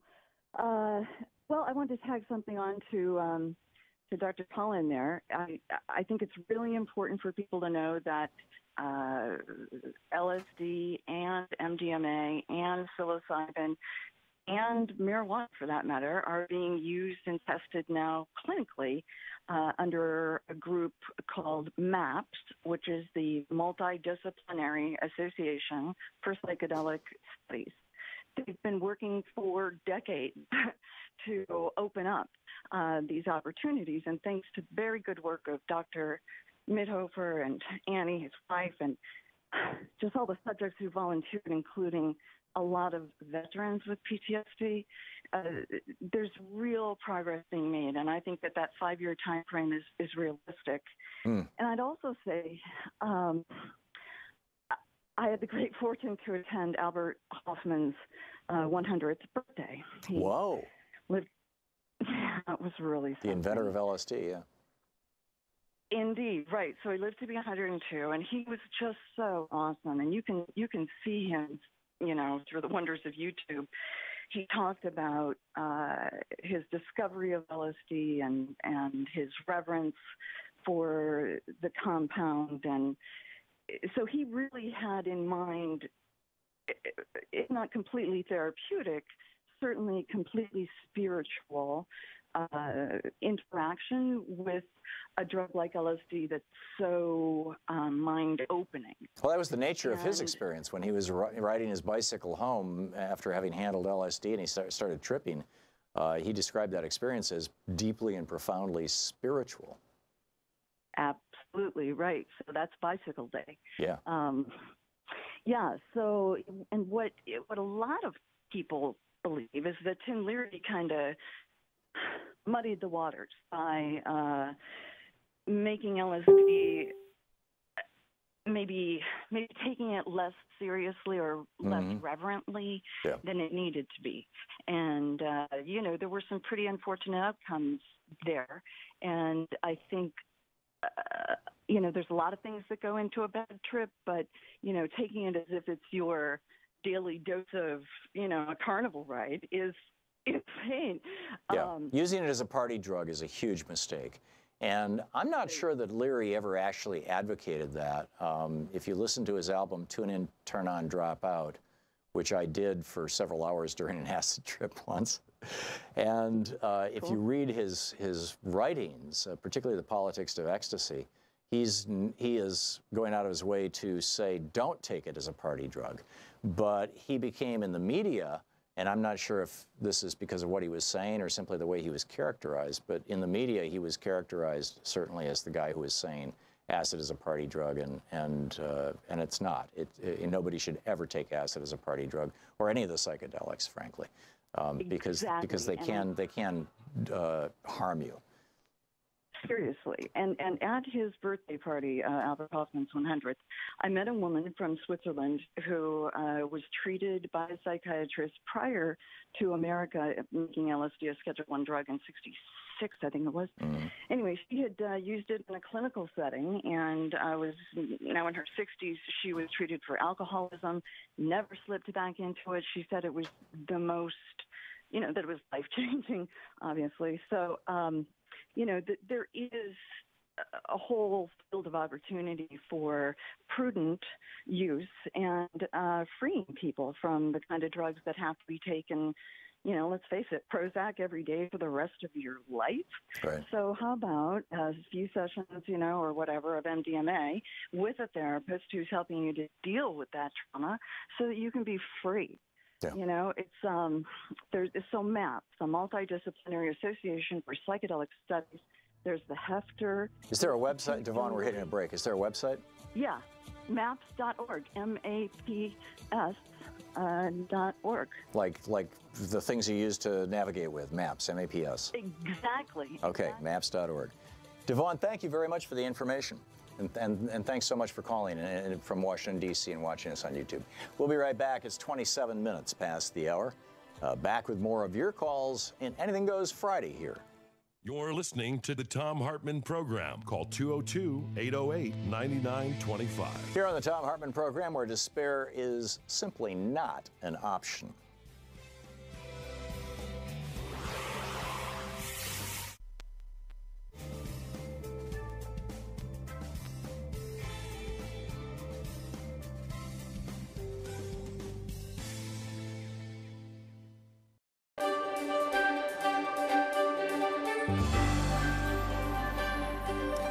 We're reading today from the American Revolution of 1800 by Dan Sisson. He wrote the book 40 years ago. Recently, I went through, Dan and I actually went through, I wrote a foreword and an afterword to it and did some substantial editing on the book. And it's something you need to read. This is from the introduction, which I wrote. It is rare when a book about our early republic is relevant 40 years after it was originally published. It is rarer still when that book provides insight into national problems we refuse to solve 2 centuries later. You are therefore holding in your hands or reading on your pad or computer one of the most important books you will ever encounter. Here is why. Unlike other histories of this era, this book is written from a revolutionary perspective, much like Jefferson's generation viewed the world. The American Revolution of 1800 was not just about an election. It was about the life and death struggle for power between democratic-republican principles and oligarchic plutocratic values based on corruption. In short, this book, by implication, is about the identical crisis America faces today.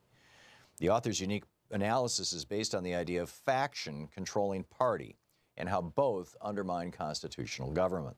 In an age where modern parties and the factions that control them have paralyzed our government, this book validates the politics of the founders.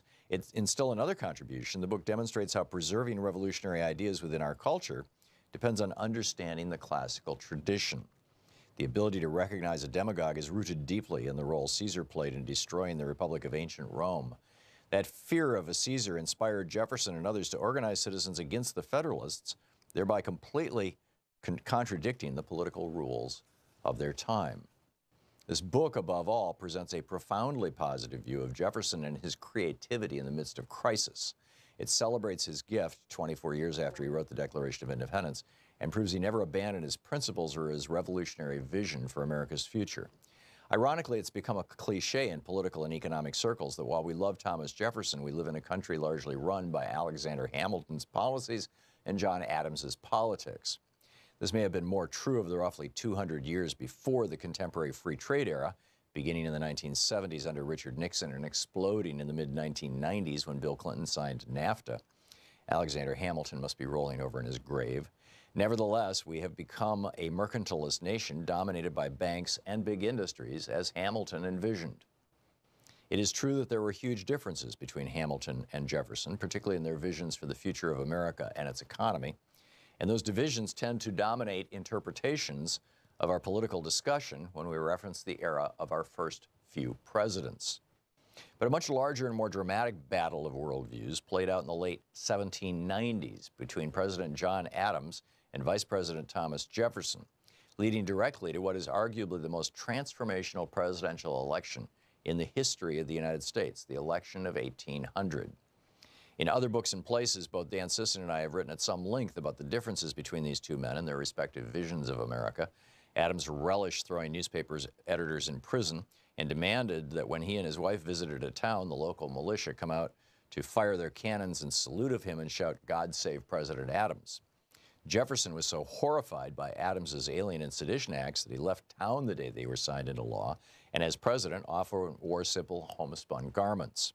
He was known to answer the front door of the White House in his bathrobe, and more than one visitor mistook him for a servant.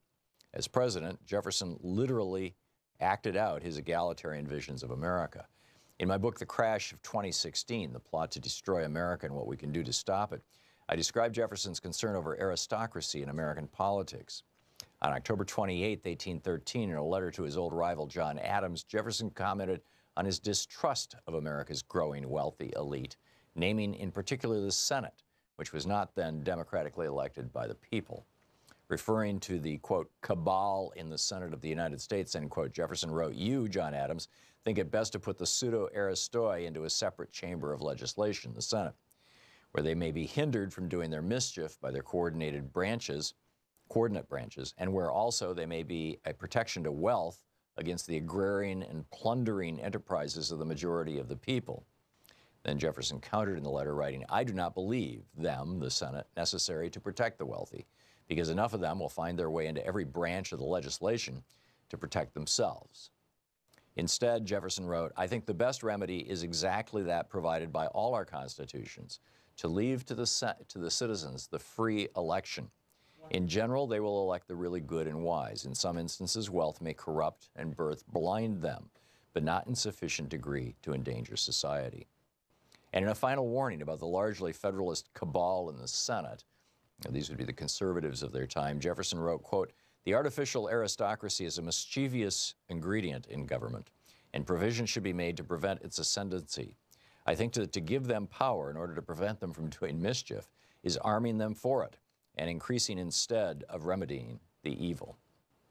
In a 1786 letter to George Washington, Jefferson gave his most explicit warning about this threat of a military allied with the plutocracy within, and advocated for unwavering vigilance against it. Quote, "Though the day may be at some distance, beyond the reach of our lives perhaps, yet it will certainly come, when a single fiber left of this institution will produce an hereditary aristocracy which will change the form of our governments from the best to the worst in the world."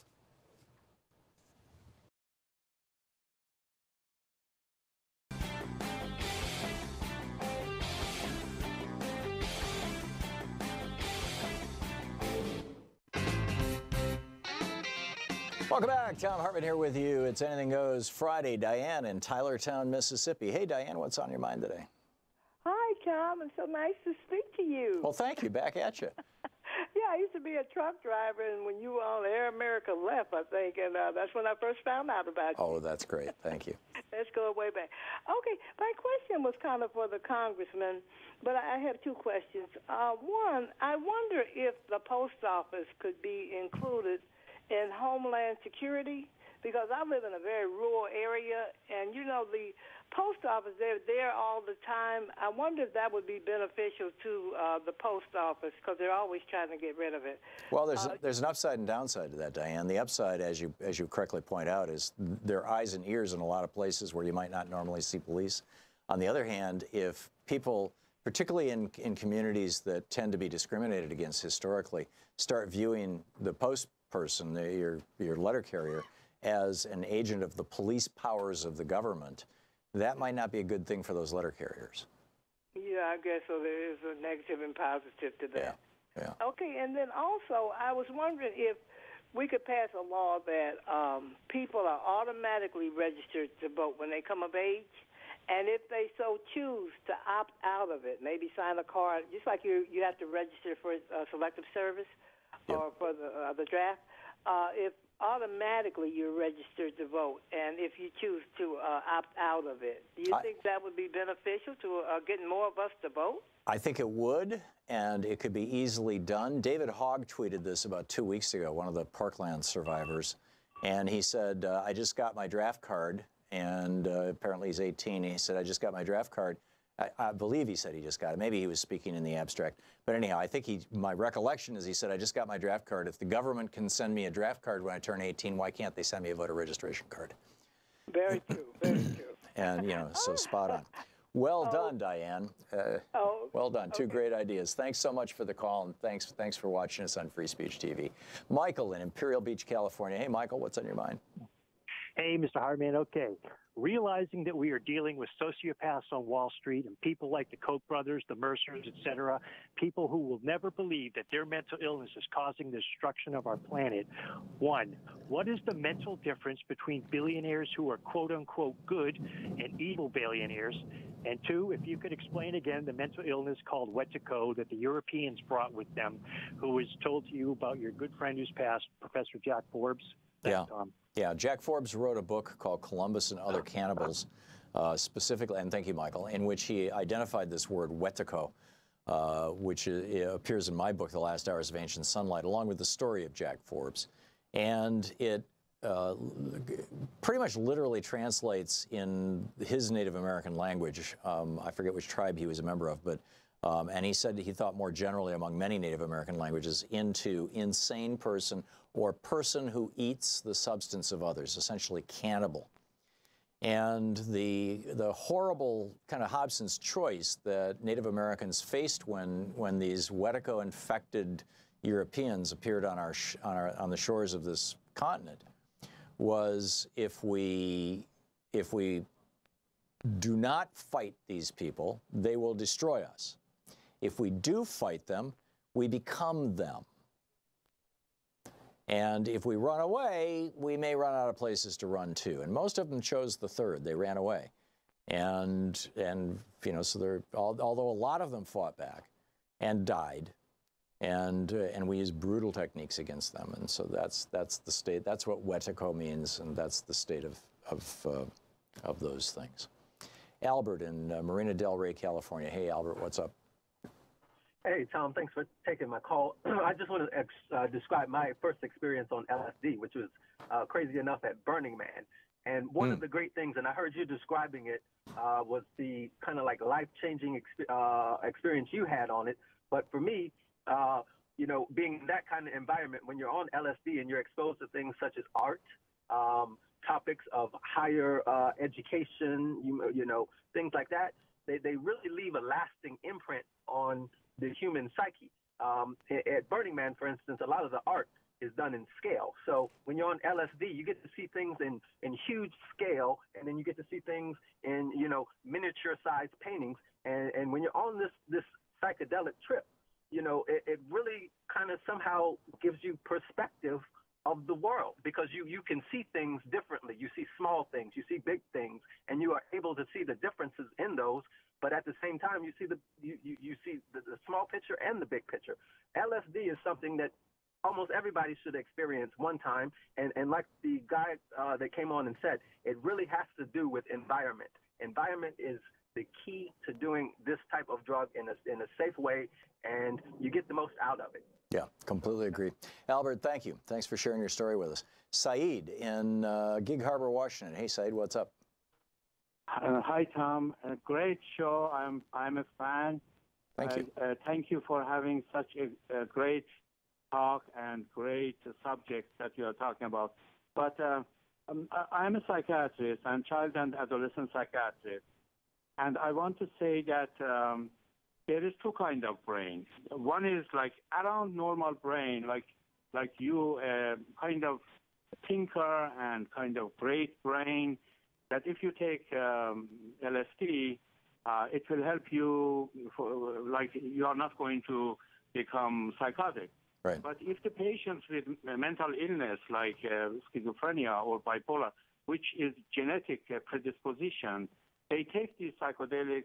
I have seen patients that with one-time use of PCP or acid or mushroom or something, one of these, their brain was completely fried and their cognition was totally gone. Yes, absolutely. And this is why if anybody takes this, it should be with somebody, you know, in a controlled setting, in a legal controlled setting, ideally, and there are increasingly those things happening.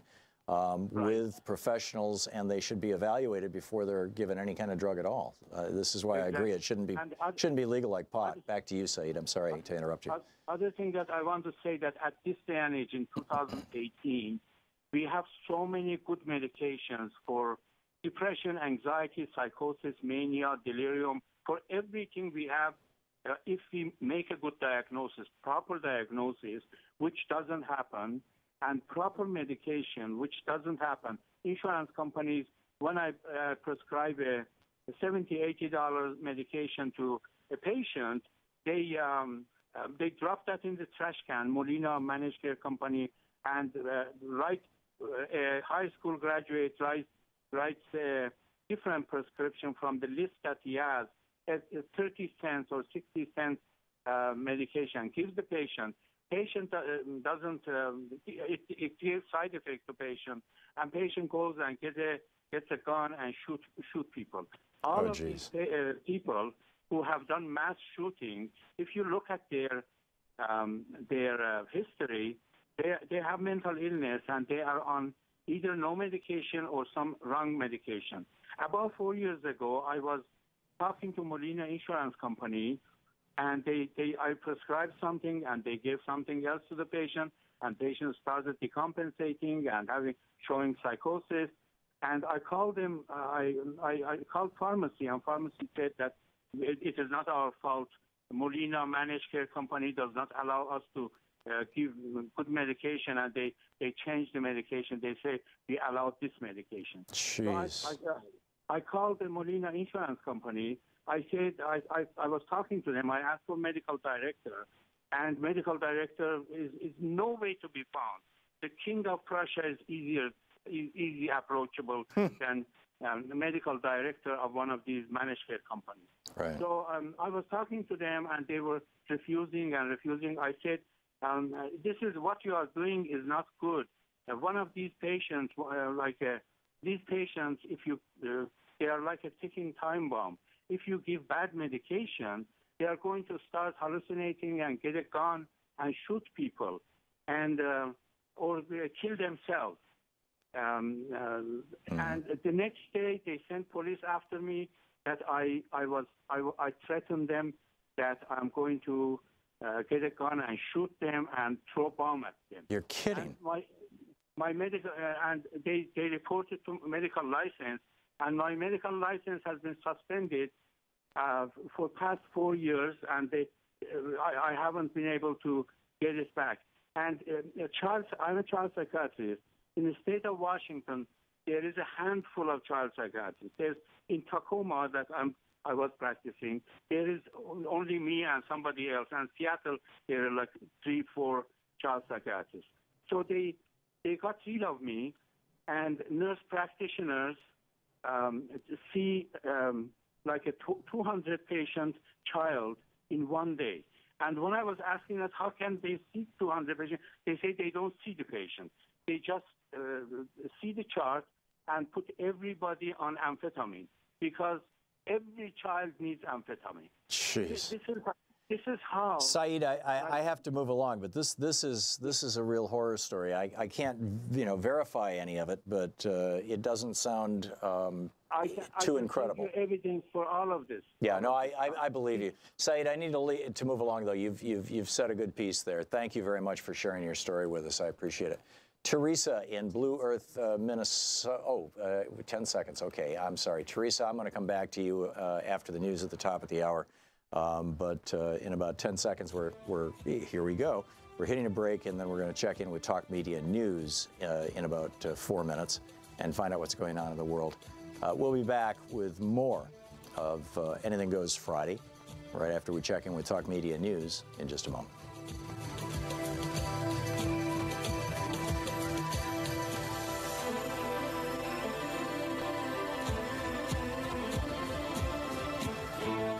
You're listening to Thom Hartmann. Visit ThomHartmann.com for audio and video archives. Back with more of your calls and the news of the day and Talk Media News in just a moment.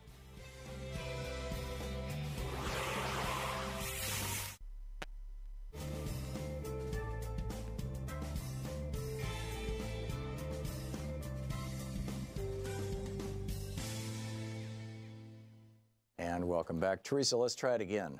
Teresa watches on Free Speech TV in Blue Earth, Minnesota. Hey, Teresa, what's up? Teresa? Yeah, what y'all were talking about with psychedelics in a clinical setting. I got thinking about everything I've read about MK Ultra and MK Naomi, all that really evil stuff the CIA was doing. Yeah, some of those involve giving people psychedelics without their knowledge. In fact, a friend of mine was at MIT and was one of the people who the CIA experimented on with LSD. It was pretty bizarre. Yeah, and that one doctor in Canada that was doing that psychic driving where he would put people in a drug-induced coma and feed them LSD, and oh, that was crazy. I don't even know about that. But what's your point, Teresa? What's to stop that from happening again if we start allowing psychologists, psychiatrists to use this? Well, I think it's the same. I mean, any of the sedative drugs can be used as date rape drugs, just like, a psychedelic could be used to scramble somebody's brain. I mean, Teresa, thanks for the call. I'm not so concerned about that, frankly, because it's against the law. and anybody who's doing that is going to get busted. They're going to get nailed for it. So, I think I think we're in okay territory here. Jay in Eugene, Oregon. Hey, Jay, what's up?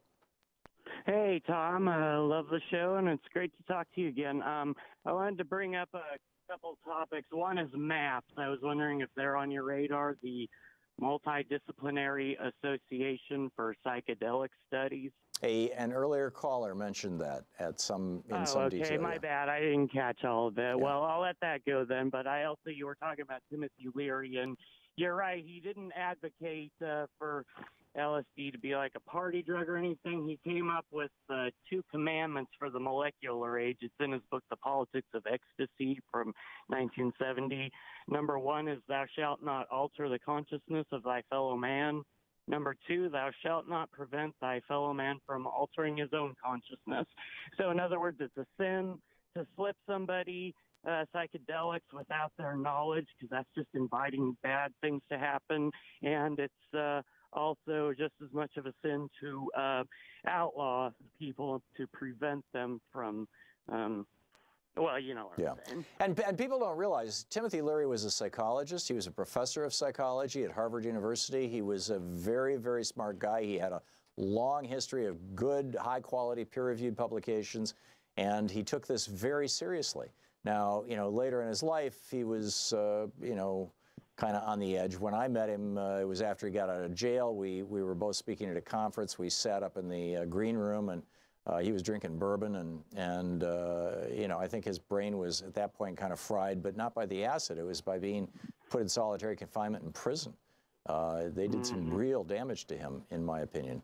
But it was a very, very sad story. But that's what happens. I mean, and then they went after him just for what, 1 joint, as I recall. That's what they busted him for in California. He fled to Mexico, and they nailed him, brought him back, threw him in jail, locked him up in solitary confinement for months at a time. I mean, that will break you, and it broke him, as far as I could tell. Jay, thank you for the call. A real tragedy. All of this provoked by our interview with Michael Pollan earlier about his new book about psychedelics. It's fascinating stuff. But anyhow, it's Anything Goes Friday. We'll get back to whatever you'd like to talk about. But right after Luke Vargas comes in from Talk Media News and fills us in on the news of the day. So stick around. It's coming up on 10 minutes before the hour.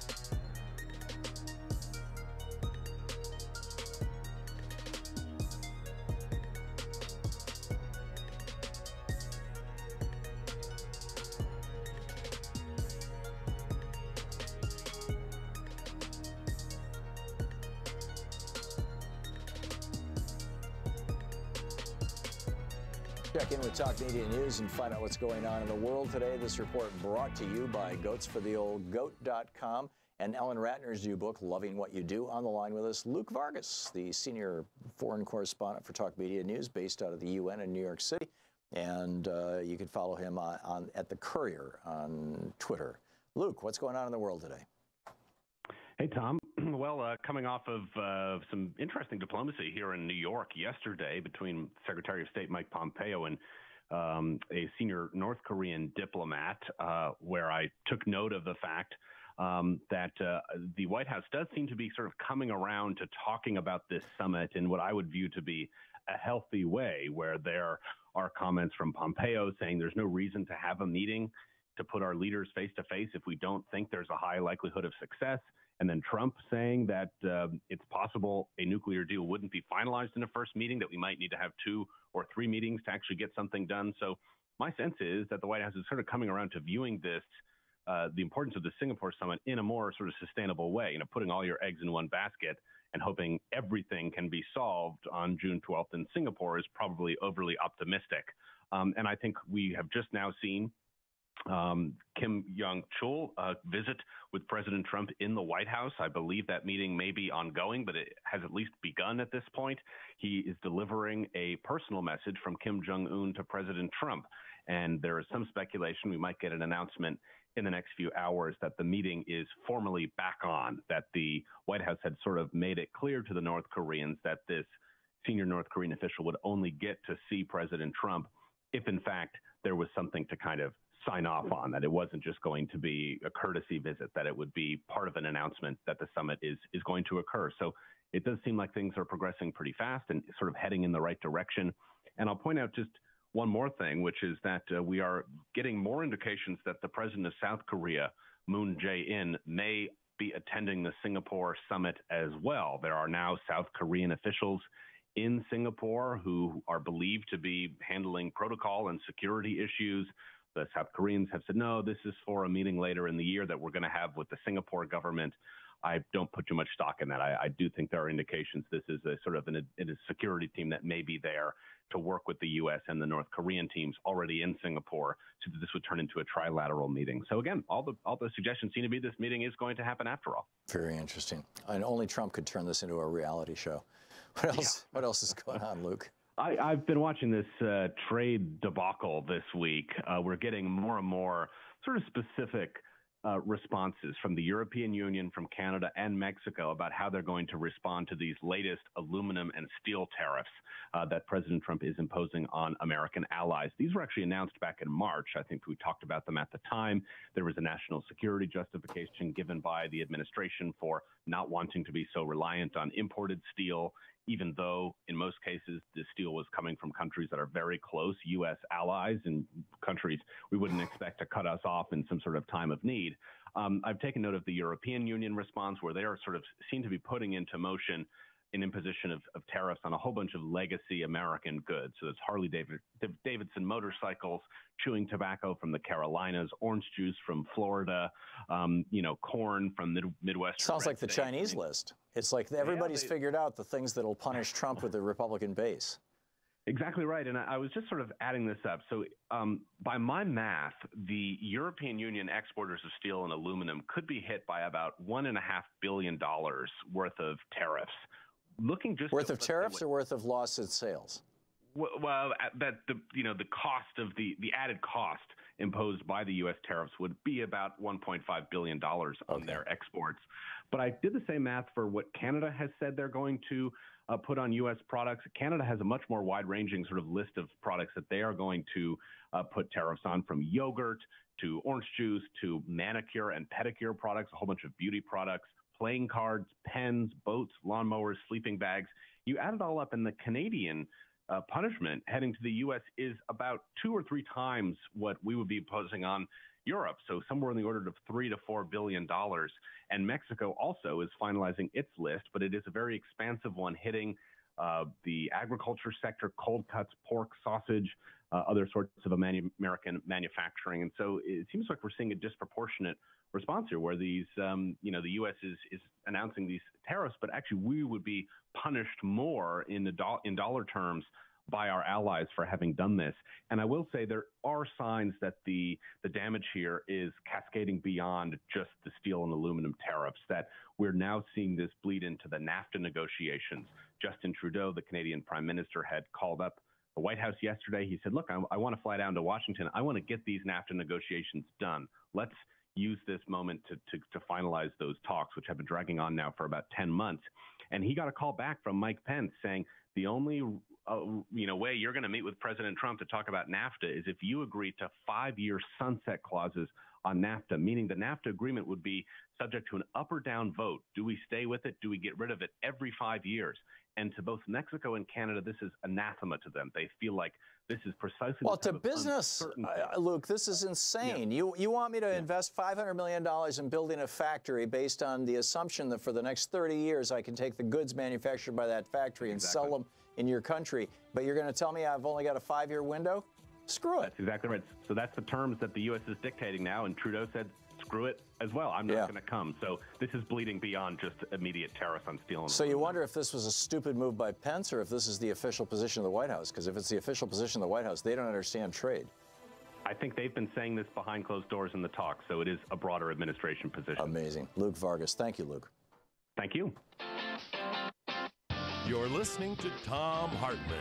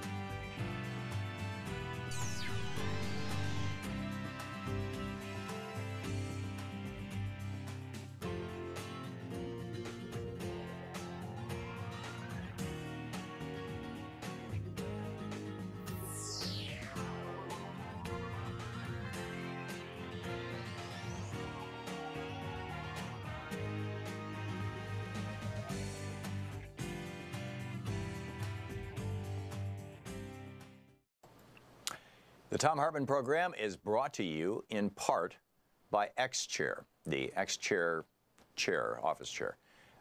xchairthom.com is the website, xchairthom.com.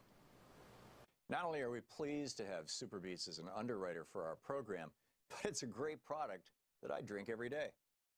Check it out at Thom's Beats, THOMSBEETS.com, or give them a call at 800-568-9889. Superbeats.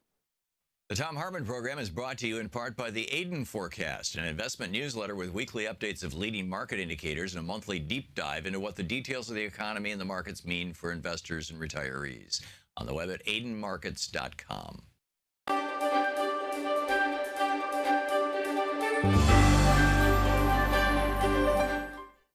In the Thom Hartmann University Book Club today, we're reading from Michael Pollan's new book, How to Change Your Mind, what the new science of psychedelics teaches us about consciousness, dying, addiction, depression, and transcendence. This is from the prologue titled A New Door. Midway through the 20th century, two unusual new molecules, organic compounds with a striking family resemblance, exploded upon the West.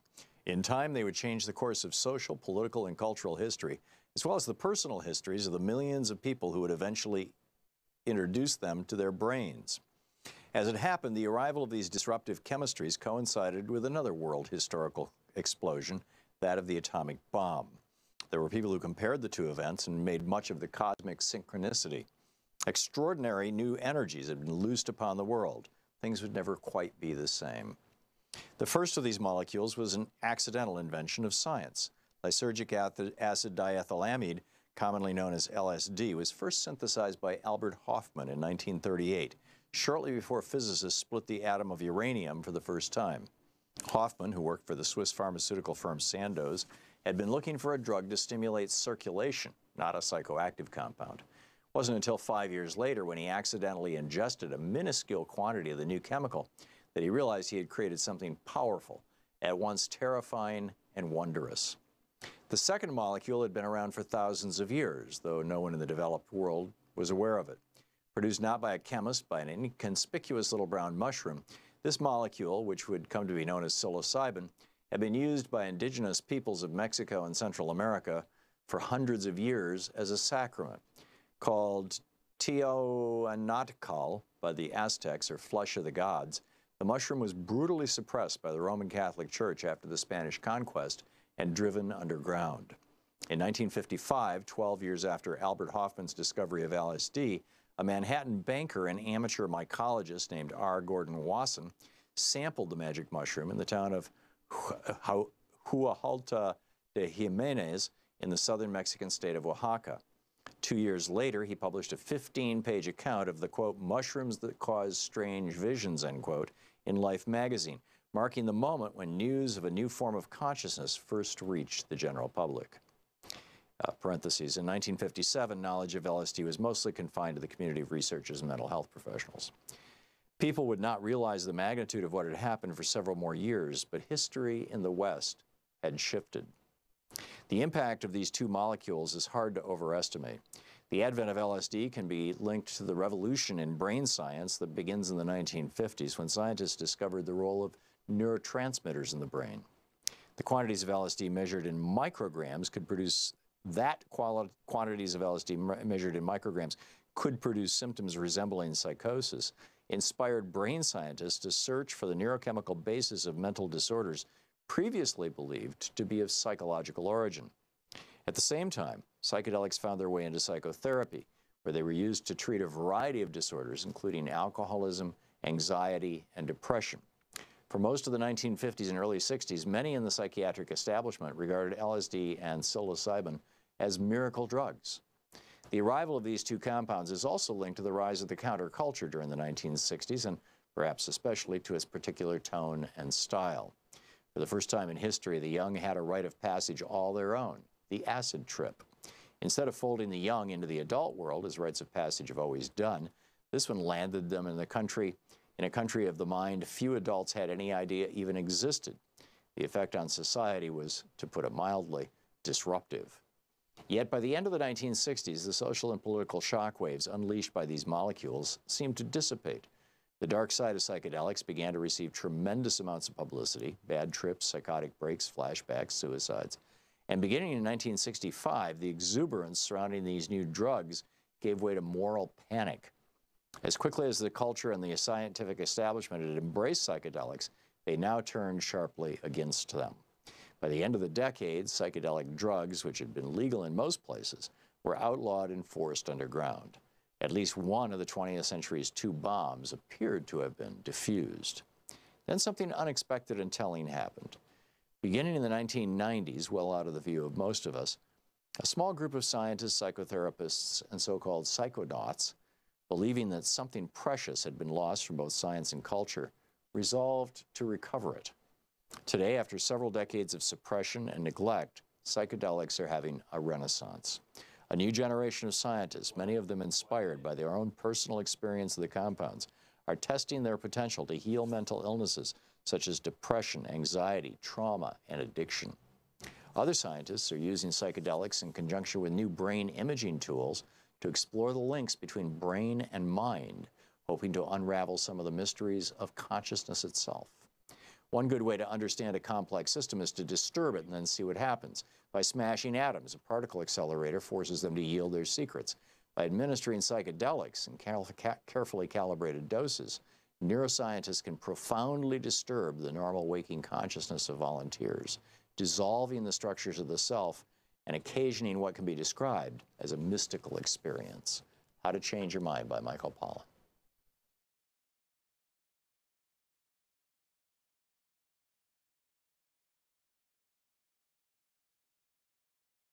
Bureaus were closed by the same operations.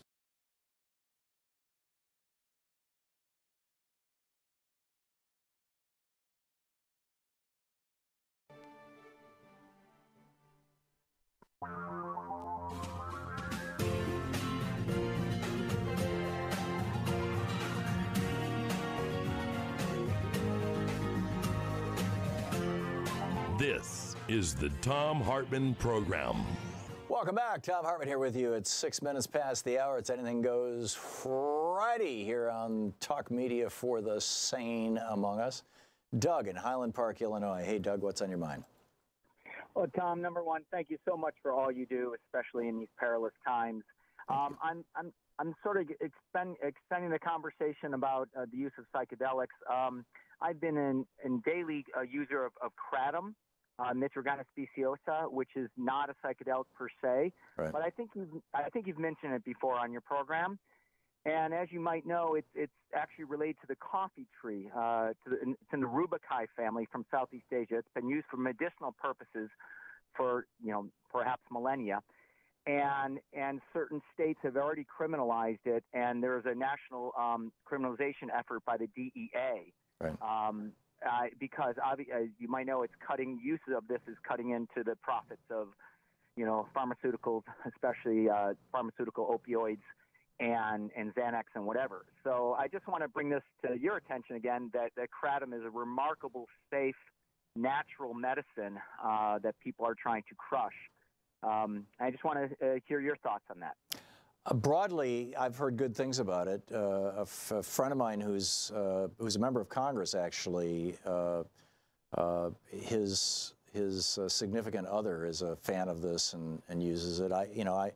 I don't have any personal experience with it. I can't speak to that, but I've heard that it's useful for dealing with things like alcoholism and drug addiction and opiate addiction. But again, the caveat, and I think it can't be said often enough, number one, all of these things, kratom not yet, but all of these things are illegal or outside the realm of normal, acceptable, safe, physician overseen stuff. And number two, psychedelics are very, very powerful. Taking psychedelics is like, taking a Maserati out on the Autobahn and going 180 miles an hour. Right. And without any training. Yeah, exactly. If you know what you're doing or you have somebody with you who can make it safe, then you may have a good experience, and you may not. I mean, there's still that reality. So treat this stuff very carefully if you're going to treat it at all. And I'm not recommending that anybody do any of this stuff unless they can get into a legal clinical trial with good adult supervision. Doug, thanks for the call. Ellen in San Rafael, New Mexico. Hey, Ellen, what's up? Ellen? Were you talking to me? I am. You are on the air. Okay, thank you.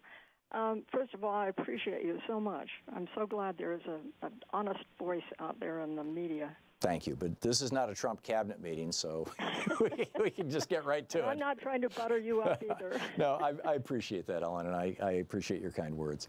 I wanted to talk about coca tea, because there is absolutely no harmful effects from it. It's not psychogenic, and it would be a tremendous help to a lot of older people who start having breathing difficulties.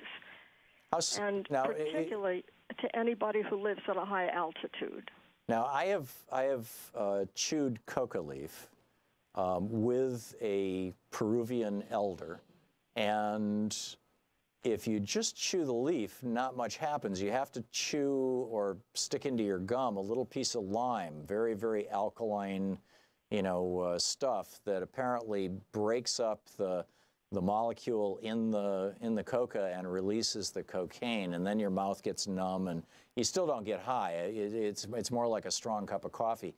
Is that what you're talking about? Well, when we traveled through Bolivia, every hotel, regardless of status, whether it was a cheap one or an expensive one, always had a pot of coca tea, and it comes in tea bags. And it has a very nice flavor, and it is of tremendous help in breathing at high altitude. Yeah, I know the indigenous people use it for that purpose.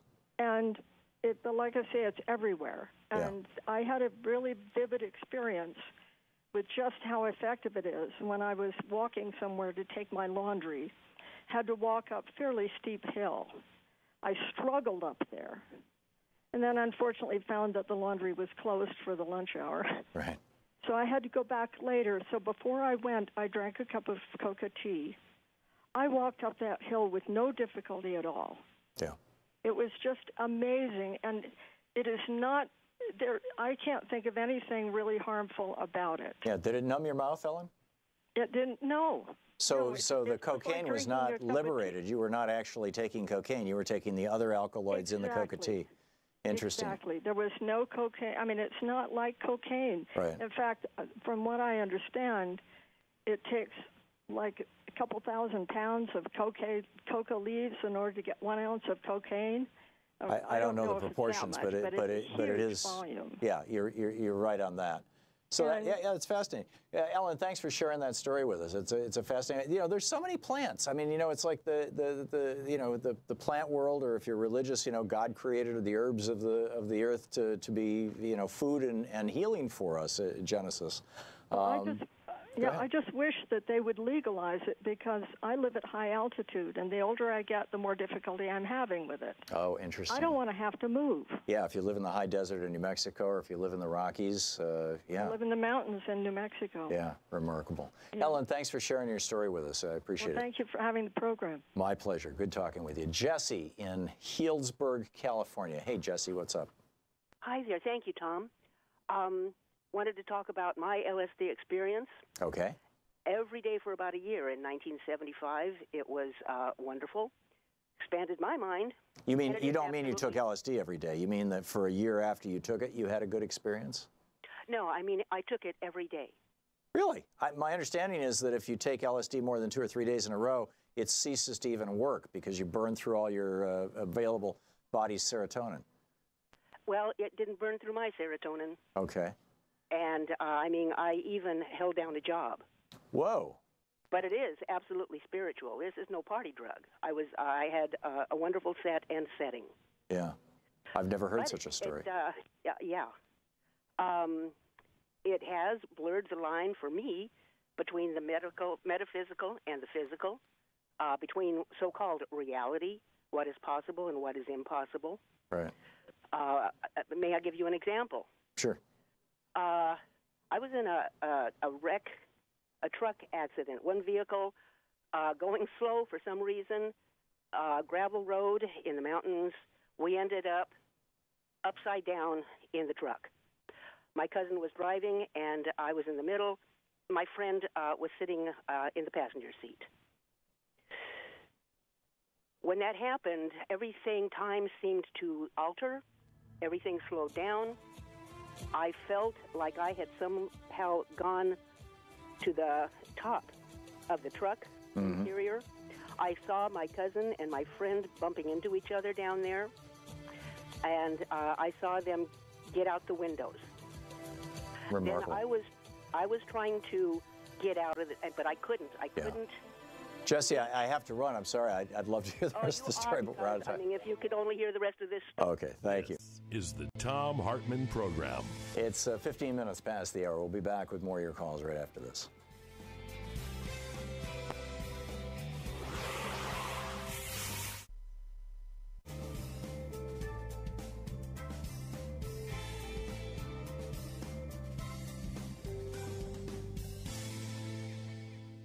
And welcome back. Steve in New Boston, Michigan. Hey, Steve, thanks for watching Free Speech TV. What's on your mind?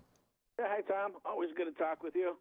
My email has been getting bombarded every day with notices of the Kochs and DeVosses going to be pouring millions and millions of dollars. Can you hear me? I can hear you just fine, Steve. Oh, okay, I'm sorry. Okay.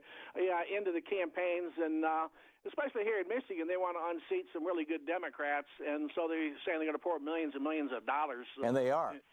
Yeah, they are.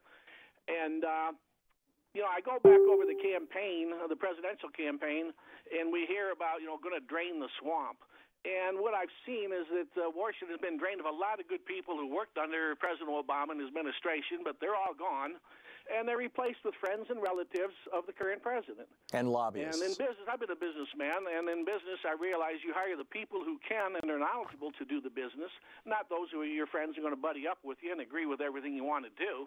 Because if you're wrong, you're going to drive yourself right into a hole. But Steve, you were a businessman, not a mob boss. I mean, the way mob bosses think is the people who are the patriarchs of crime families is they think, you know, we're doing stuff that's not honest, it's not honorable, it's not upfront, and so we need to value loyalty more than competence. It's more important to have people who will have our backs when the cops finally track us down than it is to have people who know how to do their damn jobs. Well, the cops are coming, and that's what's going to happen, but it's pulling the whole country down with it. Yep. So we got the Drain the Swamp, and then we got Make America Great. Well, I've got one that I'd like to add out there, and I think it would be really good to put in for the closing of the show, where you say, Tag, you're it. How about Remember in November? Because they are going to come out with so many lies across the news media between now and then to try to get themselves lied back into office or into new seats. But if we can remember all of these lies, because they're perpetuating so many on us, it's getting confusing for everybody. What's the latest lie? Let's remember all of them, and let's remember in November, and let's replace these people with good, qualified Democrats who will give us our country back and allow us to go on to continue to receive and learn and live in the American dream. Yeah. Remember in November. Well, what's the saying that the Brits use around? What's his name? Yeah, remember the 5th of November. You know, Empire, Treason, and Plot. Right. Well, we got remember the Alamo, remember the Maine. Yeah. You know, remember Pearl Harbor. Let's remember in November. Let's remember all the lies that these people have told, and they've been proven to us. These are lies upon lies upon lies. Yeah. It's time. Well, this isn't the government back in November. Yeah, you know, we're not talking Guy Fawkes Day here, but it would be nice to see. I'm not sure. Remember November is the one, but something like, you know, Get Active in November. Although that's not as, you know, it doesn't have the onomatopoeia, the alliteration that the other one does. But it would be nice to come up with a slogan that would encourage people to vote. You know, your voice doesn't matter if you don't vote, or exactly. And to correct this problem, that's what needs to be done. Get out and vote. Yeah, it's really that simple. You know, if the same percentage of young people had voted in the last election as voted in the 1-2 years prior to that, you know, or if the same percentage of young people had voted in the last election as the percentage of Gen Xers or baby boomers, you would not have Donald Trump in the White House, and you would not have Republicans in control of the House and Senate. It's just that simple. So in particular, if you're under 30, get out, get registered to vote, and get out there, show up. Remember November, as Steve would say. We'll be back.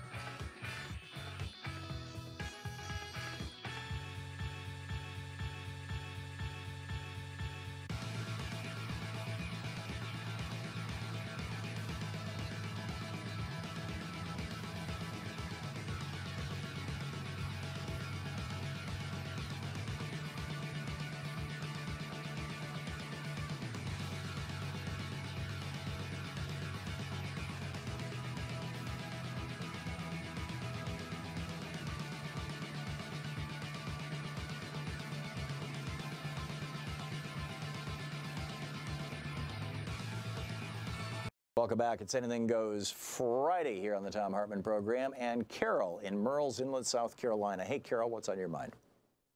Tom, hi. I like the guy's saying. I think that can be played with. Remember in November that there was a big lie that only 64 people died from after Hurricane Maria struck Puerto Rico, and the numbers now are 4,600 plus. Right. I was on the island of Vieques in the 80s during war games. That was one of the Puerto Rican islands. That's the one we used to bomb, wasn't it? Well, Vieques was the bombing range for the U.S. military for decades, and I was there during war games that I found out later was the lead up to the Grenada invasion under Reagan, right? Oh, my. all night long, ordinances going off. That island has not been cleaned up. 2/3 of the island was U.S. military. It isn't currently, but it is a hazmat site. It's a Superfund site. Needs to be cleaned up. I think executive order, Trump loves those executive orders. He needs to get boots on the ground, deployed U.S. military without weapons, though, but with shovels and whatever, to start digging up unexploded ordnance and clean up that island. And furthermore, I would like to see it turned into solar and wind farms that can provide electricity for all of Puerto Rico. Yeah.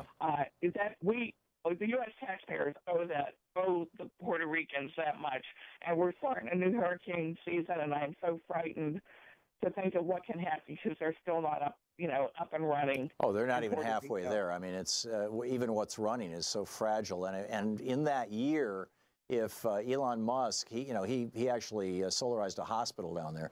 If the solar companies and the Trump administration had worked something out, they could have hardened that island. I mean, Cuba was back in business a week after Maria, and it was hit right, dead on. Cuba was hit dead on. Puerto Rico, using American infrastructure and privatized companies in some cases, and then these contractors from Whitefish, Montana, it just is a basket case as a result of our infliction of this insane crony capitalism on them. I think it's just terrible. Excellent points, Carol. Thank you for the call and thanks for making them. Elton in Lima, Ohio. Hey, Elton, what's up? Hey, it's been a long time. Regarding the tariffs, if the public knew what it was costing them, I think you'd have a different reaction to saying, oh, we're just putting it to the Europeans or whatever. The Moroni label on a new car, for instance, has to list everything that adds up to the price. Put the tariff on there for people to see. I think you'll have a different reaction. Well, it could be. I mean, Elton, the way it should work is that we impose tariffs. That causes manufacturing to be desirable, fashionable, profitable to do once again in the United States. Then manufacturers go into business and they start hiring people, and they hire at good old-fashioned union wages. The problem with that is that ever since Reagan, good old-fashioned union wages have largely vanished. I mean, Reagan declared war on labor. When he came into office, 1/3 of the American workforce was unionized. Now it's 6% in the private sector. And you've got GM, which used to be offering, in today's dollars, the equivalent of $50 an hour, starting out with a good union job on the assembly lines. Now they're starting at $14.50 an hour. So, it's going to be really hard to see that manufacturing come back, produce those good jobs, if we don't combine, like Sherrod Brown advocates, for example, and the Progressive Caucus advocates, a tariff-based trade system, a mercantilist trade system, which I'm an advocate for, along with restoring protections to labor so that they can demand reasonable prices and we can once again rebuild the middle class. I don't mind spending an extra $500 for my car if I'm making an extra $2,000 in my paycheck this year because I've got a decent job making cars. I do mind spending an extra $500 on the car if I'm not making an extra penny anywhere, even if I'm now doing manufacturing. Does that make sense, Ellen? I understand. That makes a lot of sense. You mentioned Reagan. I just want to add one thing in there. Besides the unions, his cutting the top tax rate down made it much less profitable for a business to give higher wages. That's correct. If you have a 70% tax and you give a $1,000 raise, it only costs you $300 because the other $700 would have been taxes anyway. Right. And that's driven wages down across the board. Oh, absolutely, absolutely. And this is the big thing, by the way. Tax cuts, across the board tax cuts, don't help working people because their employers know that they've got more take-home pay, so they're just going to freeze their wages for the next decade, which is exactly what happened in the 80s, the 90s, and the early 2000s. Is nobody saw a wage increase because the taxes went down, so the take-home pay actually went up, and employers knew they were willing to work for less than that. On the other hand, when you cut taxes on rich people, they actually see a benefit from it, which is why the rich people have gotten massively more rich, and the rest of us, no, not so much. And right, exactly. So this is yeah. Thanks a lot for the call, Elton. See, this is the thing. Trump goes out and demagogues this like it's just all about tariffs and trade policy, and we're going to stick up for American manufacturers, and we're going to bring back American steel and all this kind of stuff. But there are multiple factors here, and the Republicans are on the wrong side of history on all of them except the tariffs, which is why their tariffs are not going to work. Because you have to combine that with a reasonable trade policy, with reasonable domestic policies, and you can't do it in these 5-year windows like Mike Pence is talking about. He just blew up the NAFTA negotiation by saying everything's got to be within a 5-year window. Nobody's going to build a damn factory, including here in the United States, knowing that in 5 years the whole rules of the game are going to change. It just doesn't happen. By the way, you've got a super treat coming up for you in about 6 minutes. Sean Taylor has been the executive producer of this program for 10.5 years. She has done virtually everything here except fill in for me, which she's about to do. She books our guests. She runs our board. She's answered calls. She's done all kinds of stuff. She was here with Louise and I when we were in Portland. When we moved to D.C., she stayed here in Portland but continued to be our executive producer and run the show. She is spectacular. And she is going to be taking the rest of your calls right after this, because I got to hop on a plane. I'm going over to London to see Sue, who was running our chat room and doing our newsletter. She just had surgery. She's getting better in the hospital. I'll give you a report on how Sue Nethercutt is doing when I get back from England on Monday. I'm coming back Sunday afternoon, but my plane is leaving in about an hour, so I got to run. So up next, Sean Taylor. Stick around. It's 28 minutes past the hour on Anything Goes Friday. You're listening to the Thom Hartmann Program. Call 202-808-9925. Anything Goes Friday, 202-808-9925. Get in the queue.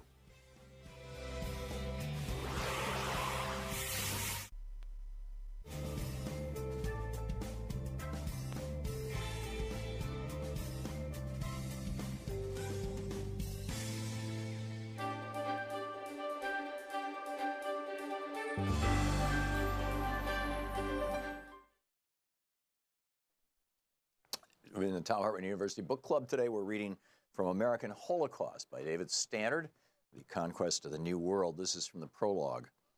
Just 21 years after Columbus's first landing in the Caribbean, the vastly populous island that the explorer had renamed Hispaniola was effectively desolate. Nearly 8 million people, those Columbus chose to call Indians, had been killed by violence, disease, and despair. It took a little longer, about the span of a single human generation, but what happened on Hispaniola was the equivalent of more than 50 Hiroshimas, and Hispaniola was only the beginning. Within no more than a handful of generations following their first encounters with the Europeans, the vast majority of the Western Hemisphere's native peoples had been exterminated. The pace and magnitude of their obliteration varied from place to place and from time to time, but for years, now historical demographers have been uncovering in region upon region post-Columbia depopulation rates of between 90 and 98%, with such regularity that an overall decline of 95% in Native American population has become a working rule of thumb. What this means is that, on average, for every 20 natives alive at the moment of European contact, when the lands of the Americans teemed with numerous tens of millions of people, only one stood in their place when the bloodbath was over. To put this in a contemporary context, the ratio of native survivorship in the Americas following European contact was less than half of what the human survivorship ratio would be in the United States today if every single white person and every single black person died. The destruction of the Indians of the Americas was far and away the most massive act of genocide in the history of the world. That is why, as one historian aptly has said, far from the heroic and romantic heraldry that customarily is used to symbolize the European settlement of the Americas, the emblem most congruent with reality would be a pyramid of skulls. Scholars estimate the size of the post-Columbian Holocaust have climbed sharply in recent decades. Too often, however, academic discussions of this ghastly event have reduced the devastated indigenous people and their cultures to statistical calculations in reconciling demographic analyses. It was easy for this to happen. From the very beginning, merely taking the account of so mammoth a cataclysm seemed an impossible task. Wrote one Spanish adventurer who arrived in the New World only 2 decades after Columbus's first landing, and who himself openly reveled in the torrent of native blood. There was neither, quote, paper nor time enough to tell all that the conquistadors did to ruin the Indians and rob them and destroy the land, end quote. As a result, the very effort to describe the disaster's overwhelming magnitude has tended to obliterate both the writer's and the reader's sense of its truly horrific human element. In an apparent effort to contradict or counteract this tendency, one writer, Tsvetsan Todorov, began his study of the events of 1492 and immediately thereafter with an epigraph from Diego de Landa's Relación de las Casas de Yucatán. Quote, the captain, Alonso López de Avila, brother-in-law of the Adelmento de Montejo, captured during the war in Bacalan a young Indian woman of lovely and gracious appearance. She had promised her husband, fearful lest they should kill him in the war, not to have relations with any other man but him, and so no persuasion was sufficient to prevent her from taking her own life to avoid being defiled by another man. And because of this, they had her thrown to the dogs. Toborov then dedicates his book to the memory of a Mayan woman devoured by dogs.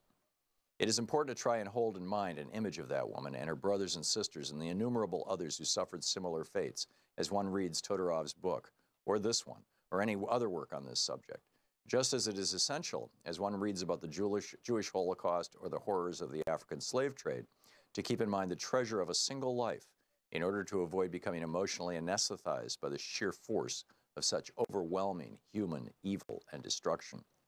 There is, for example, the case of a small Indian boy whose name no one knows today, and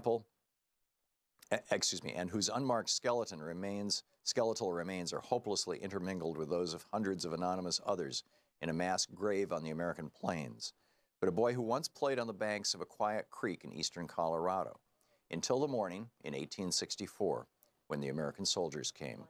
Then, as one of the cavalrymen later told it, while his compatriots were slaughtering and mutilating the bodies of all the women and all of the children they could catch, he spotted the boy trying to flee. Quote, there was one child, probably 3 years old, just big enough to walk through the sand. The Indians had gone ahead and this little child was behind following after them. The little fellow was perfectly naked, traveling on the sand. I saw one man get off his horse at a distance of about 75 yards and draw up his rifle and fire, but he missed the child. Another man came up and said, let me try the son of a bitch, I can hit him. He got down off his horse, kneeled down and fired at the little child, but he missed him too. A third man came up and made a similar remark and fired, and the little fellow dropped. We must do what we can to recapture and try to understand in human terms what it was that was crushed, what it was that was butchered. It is not enough merely to acknowledge that much was lost. So close to total was the human incineration and carnage. And it continues.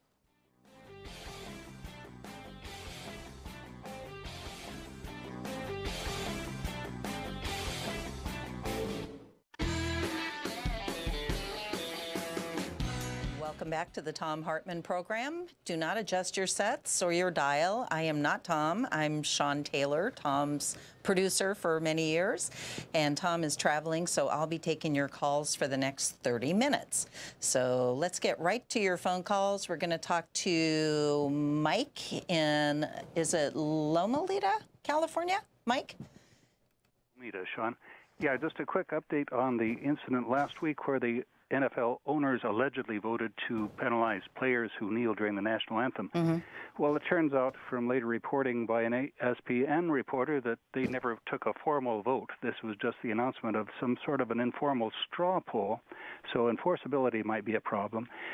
Also, a lot of callers last week were saying that NFL has nonprofit status. It has not had that for about 3 years. What they do have, that's their license to print money, is an antitrust exemption, which was put in 1966.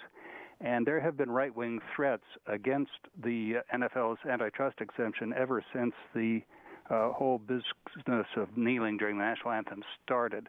Right-wing sites saying, gee, antitrust is so terrible, and all these, second paragraph, all these bums are kneeling and disrespecting the flag. So that's the background of why they came out with the announcement, I suspect. How do you feel about them, about the players kneeling? Are you okay with that? Well, I do it every week in church. I see no problem with it. Well said, Mike. Thanks for the call. Anna, New York. Whoops, hang on here. Let Mike go. And All right, we're learning the phone system. Here we go. Emma Okay, in New York. You. Hi. Yeah, speaking.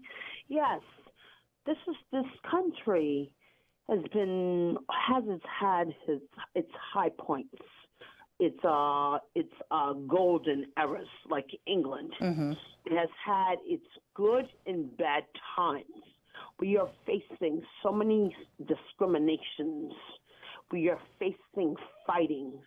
We are facing discriminations. This country belonged to the nativos, and what is happening is wrong.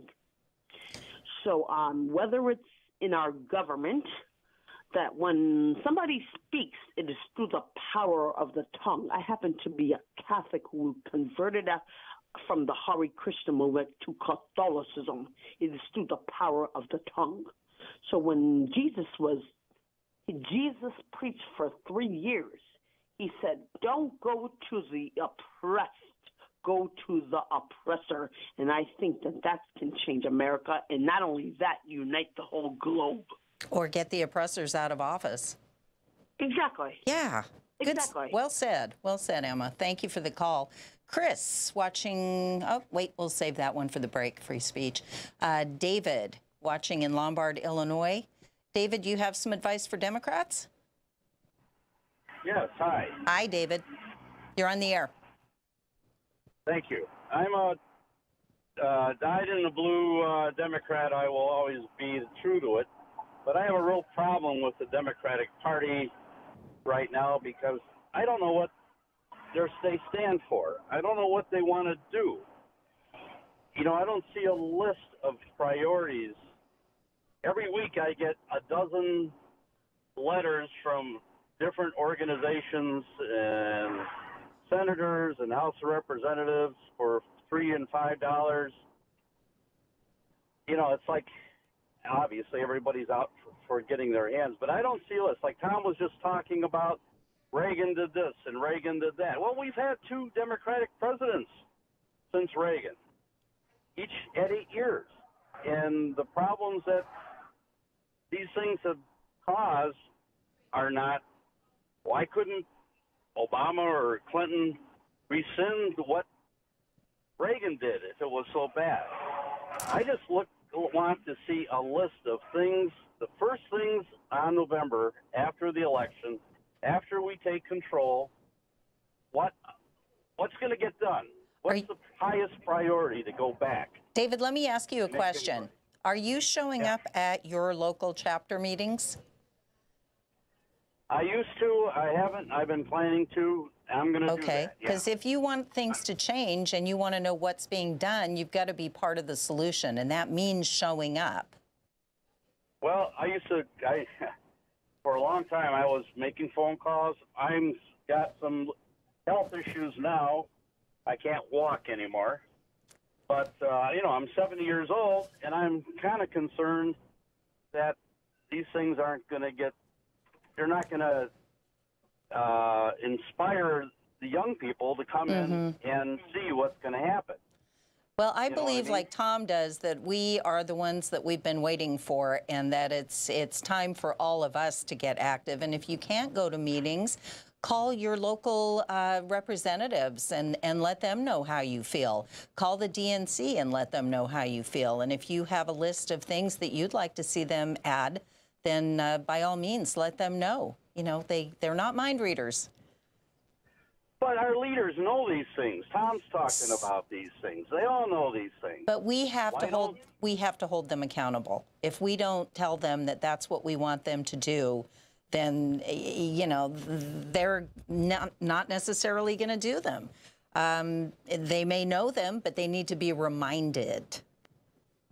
Well, we go every year, every 4 years, we put on a platform. True. Before the election. Mm-hmm.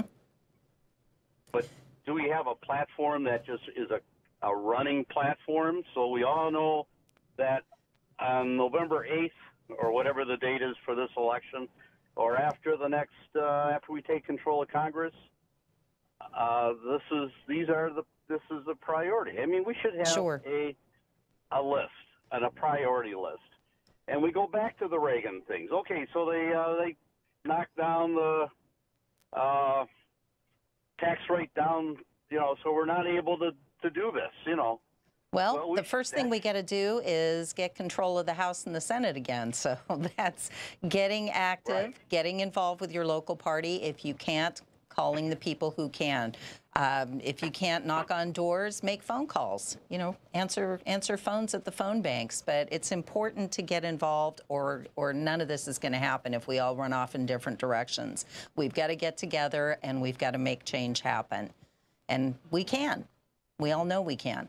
David, thank you for the call. I'm going to move along here and go to, let's see, Judy, listening to AM 1310 in Wyandotte. Is that Michigan, Judy? Yes.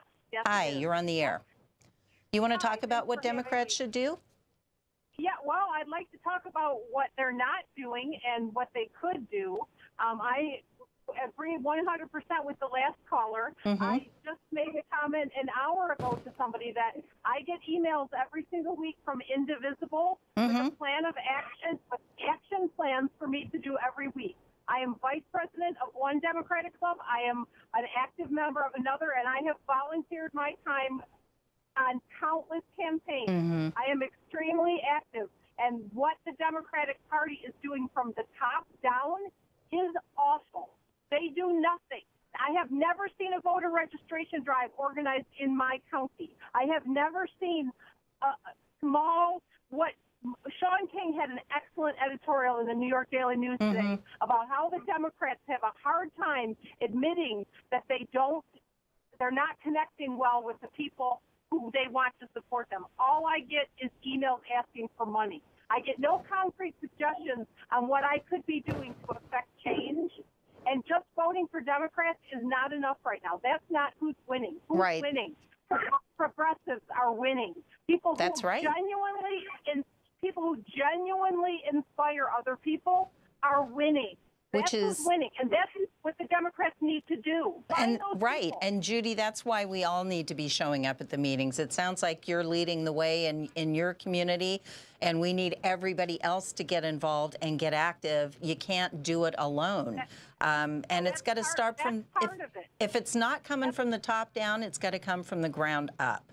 Well, and that's you and me. But you can, progressive candidates, progressive people in clubs can get behind progressive candidates, and the leaders of the DCCC will step in and say, no, that's not who we're looking at. They just did it in the Attorney General race in Michigan, and guess what? The progressives showed up in record numbers at Cobo Hall, and we voted for the progressive Democrat that we wanted, and Dana Nessel is on our ballot in August. Good on you. Well, that's a lesson for everybody else to get out there and do what you're doing. It is. Yep. Let them know.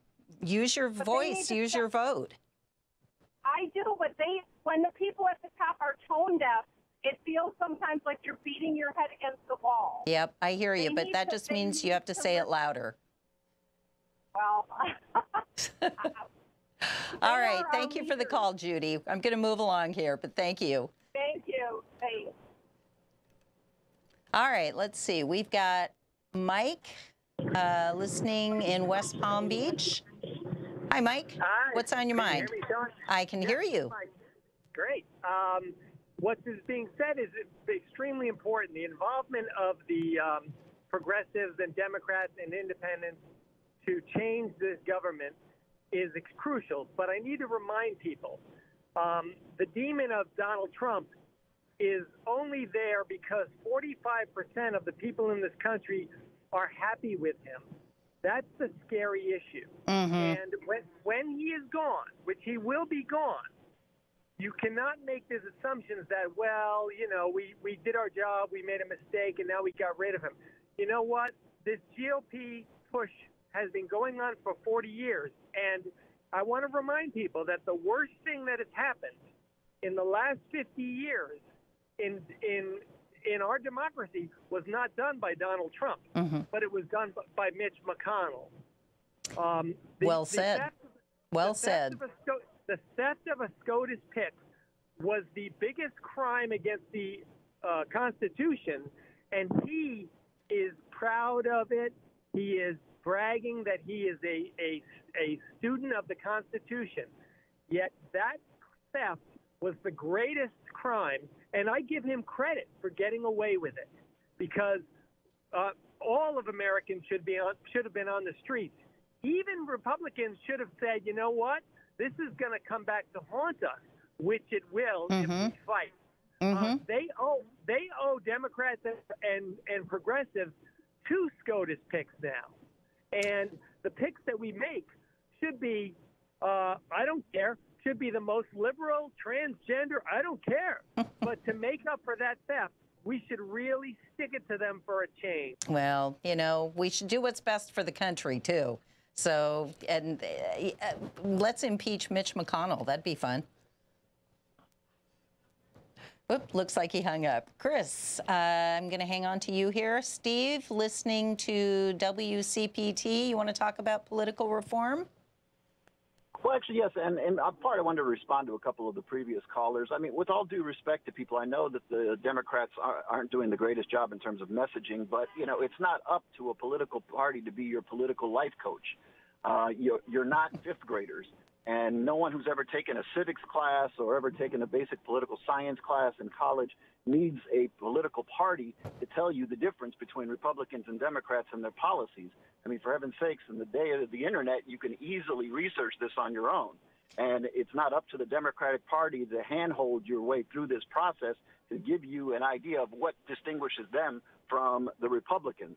And to say that, as a previous caller suggested, well, we've had Democratic presidents. Yes, they were presidents. We don't elect emperors in this country. Bill Clinton was a president for only about a year or so before the Gingrich Revolution of 1994. So exactly how are you supposed to get things done, especially in light of the fact that we have plenty of blue dog Democrats that vote continuously as if they were Republicans? So don't tell me that simply because we elected a Democratic president in Barack Obama and Bill Clinton, that you are all of a sudden looking for miraculous change that comes with a wave of a hand that's akin to a dictatorship. We don't have that in this country. That's true. No matter how much power a president has, he doesn't have a seat on the Supreme Court. He inherits the Supreme Court from somebody else's nominee. Yeah, so let's get ours in next time. Steve, thank you for listening to WCPT in Chicago, and we'll be right back. We're coming up against a break, and it's about 48 minutes past the hour. You're listening to Thom Hartmann. Visit thomhartmann.com for audio and video archive. More of your calls and the news of the day coming up next, right here on the Thom Hartmann Program.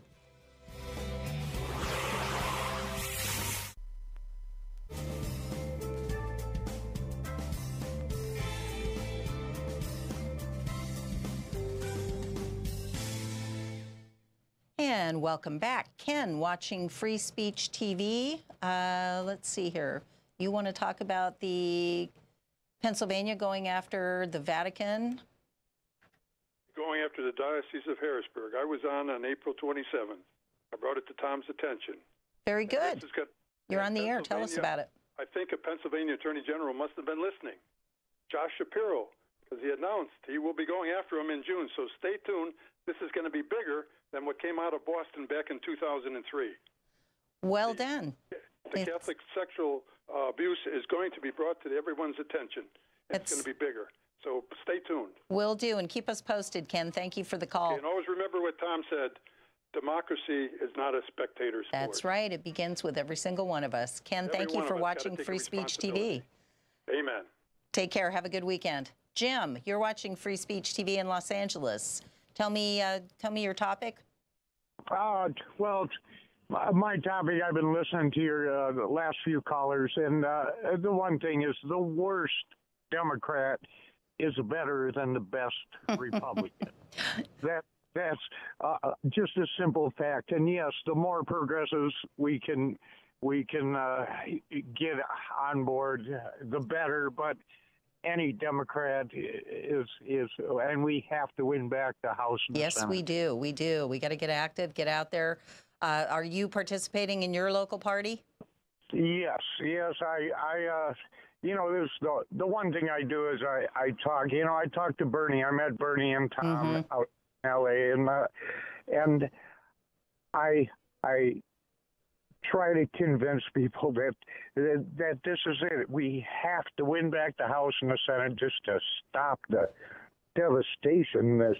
And what people don't get is this president is reflective of all Republicans. You know, they wish to end that he, you know, I guess 3,000 lies. You know, he's not going to Social Security, and then he takes $400 million out of it and signs it and holds up how he's buffaloed, but that's the thing, and that's where you're sitting right now in Tom's seat, and Tom is like the only answer to Sean insanity in the Fox Nixon News Network, and Republicans would not care if it's proven that Donald Trump's been laundering Russian mafia money since 1984. They wouldn't care. They wouldn't care if he committed treason. They would not care, and they would not act. And then we are no longer. We are moving closer and closer to an oligarchy, and now almost a dictatorship. It's so we're just going to have to see what Mr. Mueller comes up with. And well, it doesn't matter. They don't have to do anything. He just admits that, and Congress does not have to do anything. Yep, I know. Well, that's what we're watching is their inactivity. So what we need is for Mueller to come up with something that is bulletproof evidence, and you know, then maybe they'll get behind what's happening too. Which Republicans never will, and that's the scary thing is the Sean insanity and the Fox Nixon News and the hate radio. They will always vote. Sure. Jim, thank you for the call. We're hitting the break here, so we appreciate you watching Free Speech TV, and we'll be right back with more of your calls.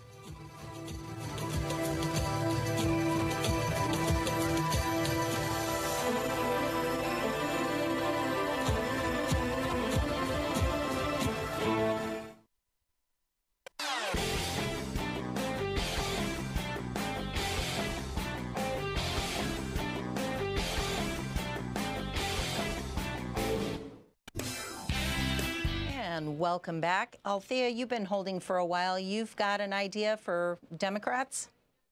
It's not so much an idea as the previous callers. I agree with them in theory, but I think we stand, Democrats, and I refer to them more as sane and logical, with many ideas. I mean, any given day, any given weekend, you're out there and you see hundreds, if not thousands of people marching for gun reform, education, Medicare, Medicaid, you name it. It is like I'm out there. I've taken Thom Hartmann to heart. I've gotten involved. I go to my LD 18 district meetings. I donate, and I do sort through all the various organizations that have their hand out.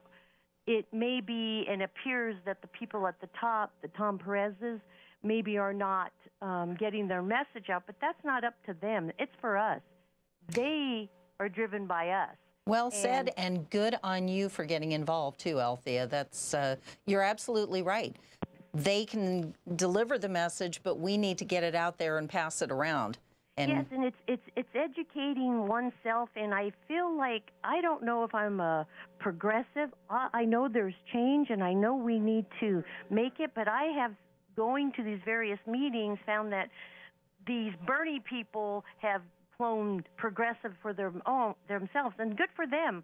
But what I'm saying to them is be inclusive and don't believe that you have to be at the pinnacle of every single topic or conversation. Be inclusive. We can't have what we had in the last election where people were voting for Jill Stein just to spite the party, and look at what we're living with. And I've always, being a minority, we've learned to always go for the greater good, not what is happening for us, because Obama promised Hispanics many things, and we were always kicked to the bottom of the list. But the but was, he is far better and was far better than what we currently have now. And he couldn't get his agenda because that previous gentleman said because Mitch McConnell was the party of no. We have to remember why we're being driven, and we have to stay involved. And the thing about it is I may not agree with certain people here in Arizona. Just keep working on it there, Althea, and thank you for the call. Brooke, listening to the program on Sirius, what's on your mind? Yes, hi. Thanks so much, Sean. Thanks for listening to Sirius, too. Thanks. You're doing a great job, by the way. Thank you. I agree with a lot of what the callers are saying. However, it's the Democratic Party is really being, out of fear, is being taken over by win at any cost thinking.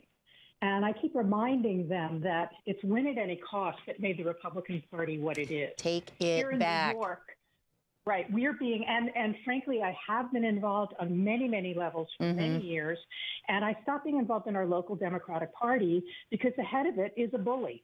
In all honesty, I have a neighbor who's elderly. She's always out on the street getting names for petitions, and I live in New York.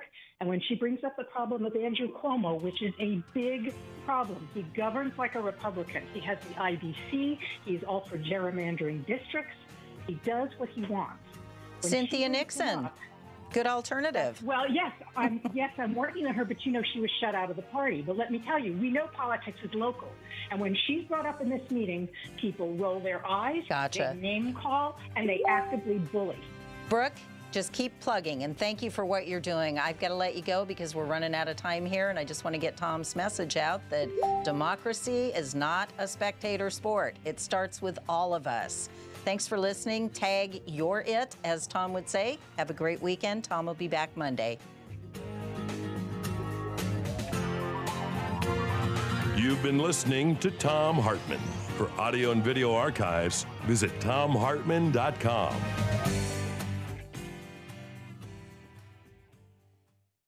The Thom Hartmann Program is brought to you in part by the Aiden Forecast, an investment newsletter with weekly updates of leading market indicators and a monthly deep dive into what the details of the economy and the markets mean for investors and retirees. On the web at aidenmarkets.com. The Thom Hartmann Program is brought to you in part by X-Chair, the X-Chair office chair. xchairtom.com is the website, xchairtom.com. Not only are we pleased to have Superbeats as an underwriter for our program, but it's a great product that I drink every day. Check it out at Tom's Beets, THOMSBEETS.com, or give them a call at 800-568-9889. Superbeats.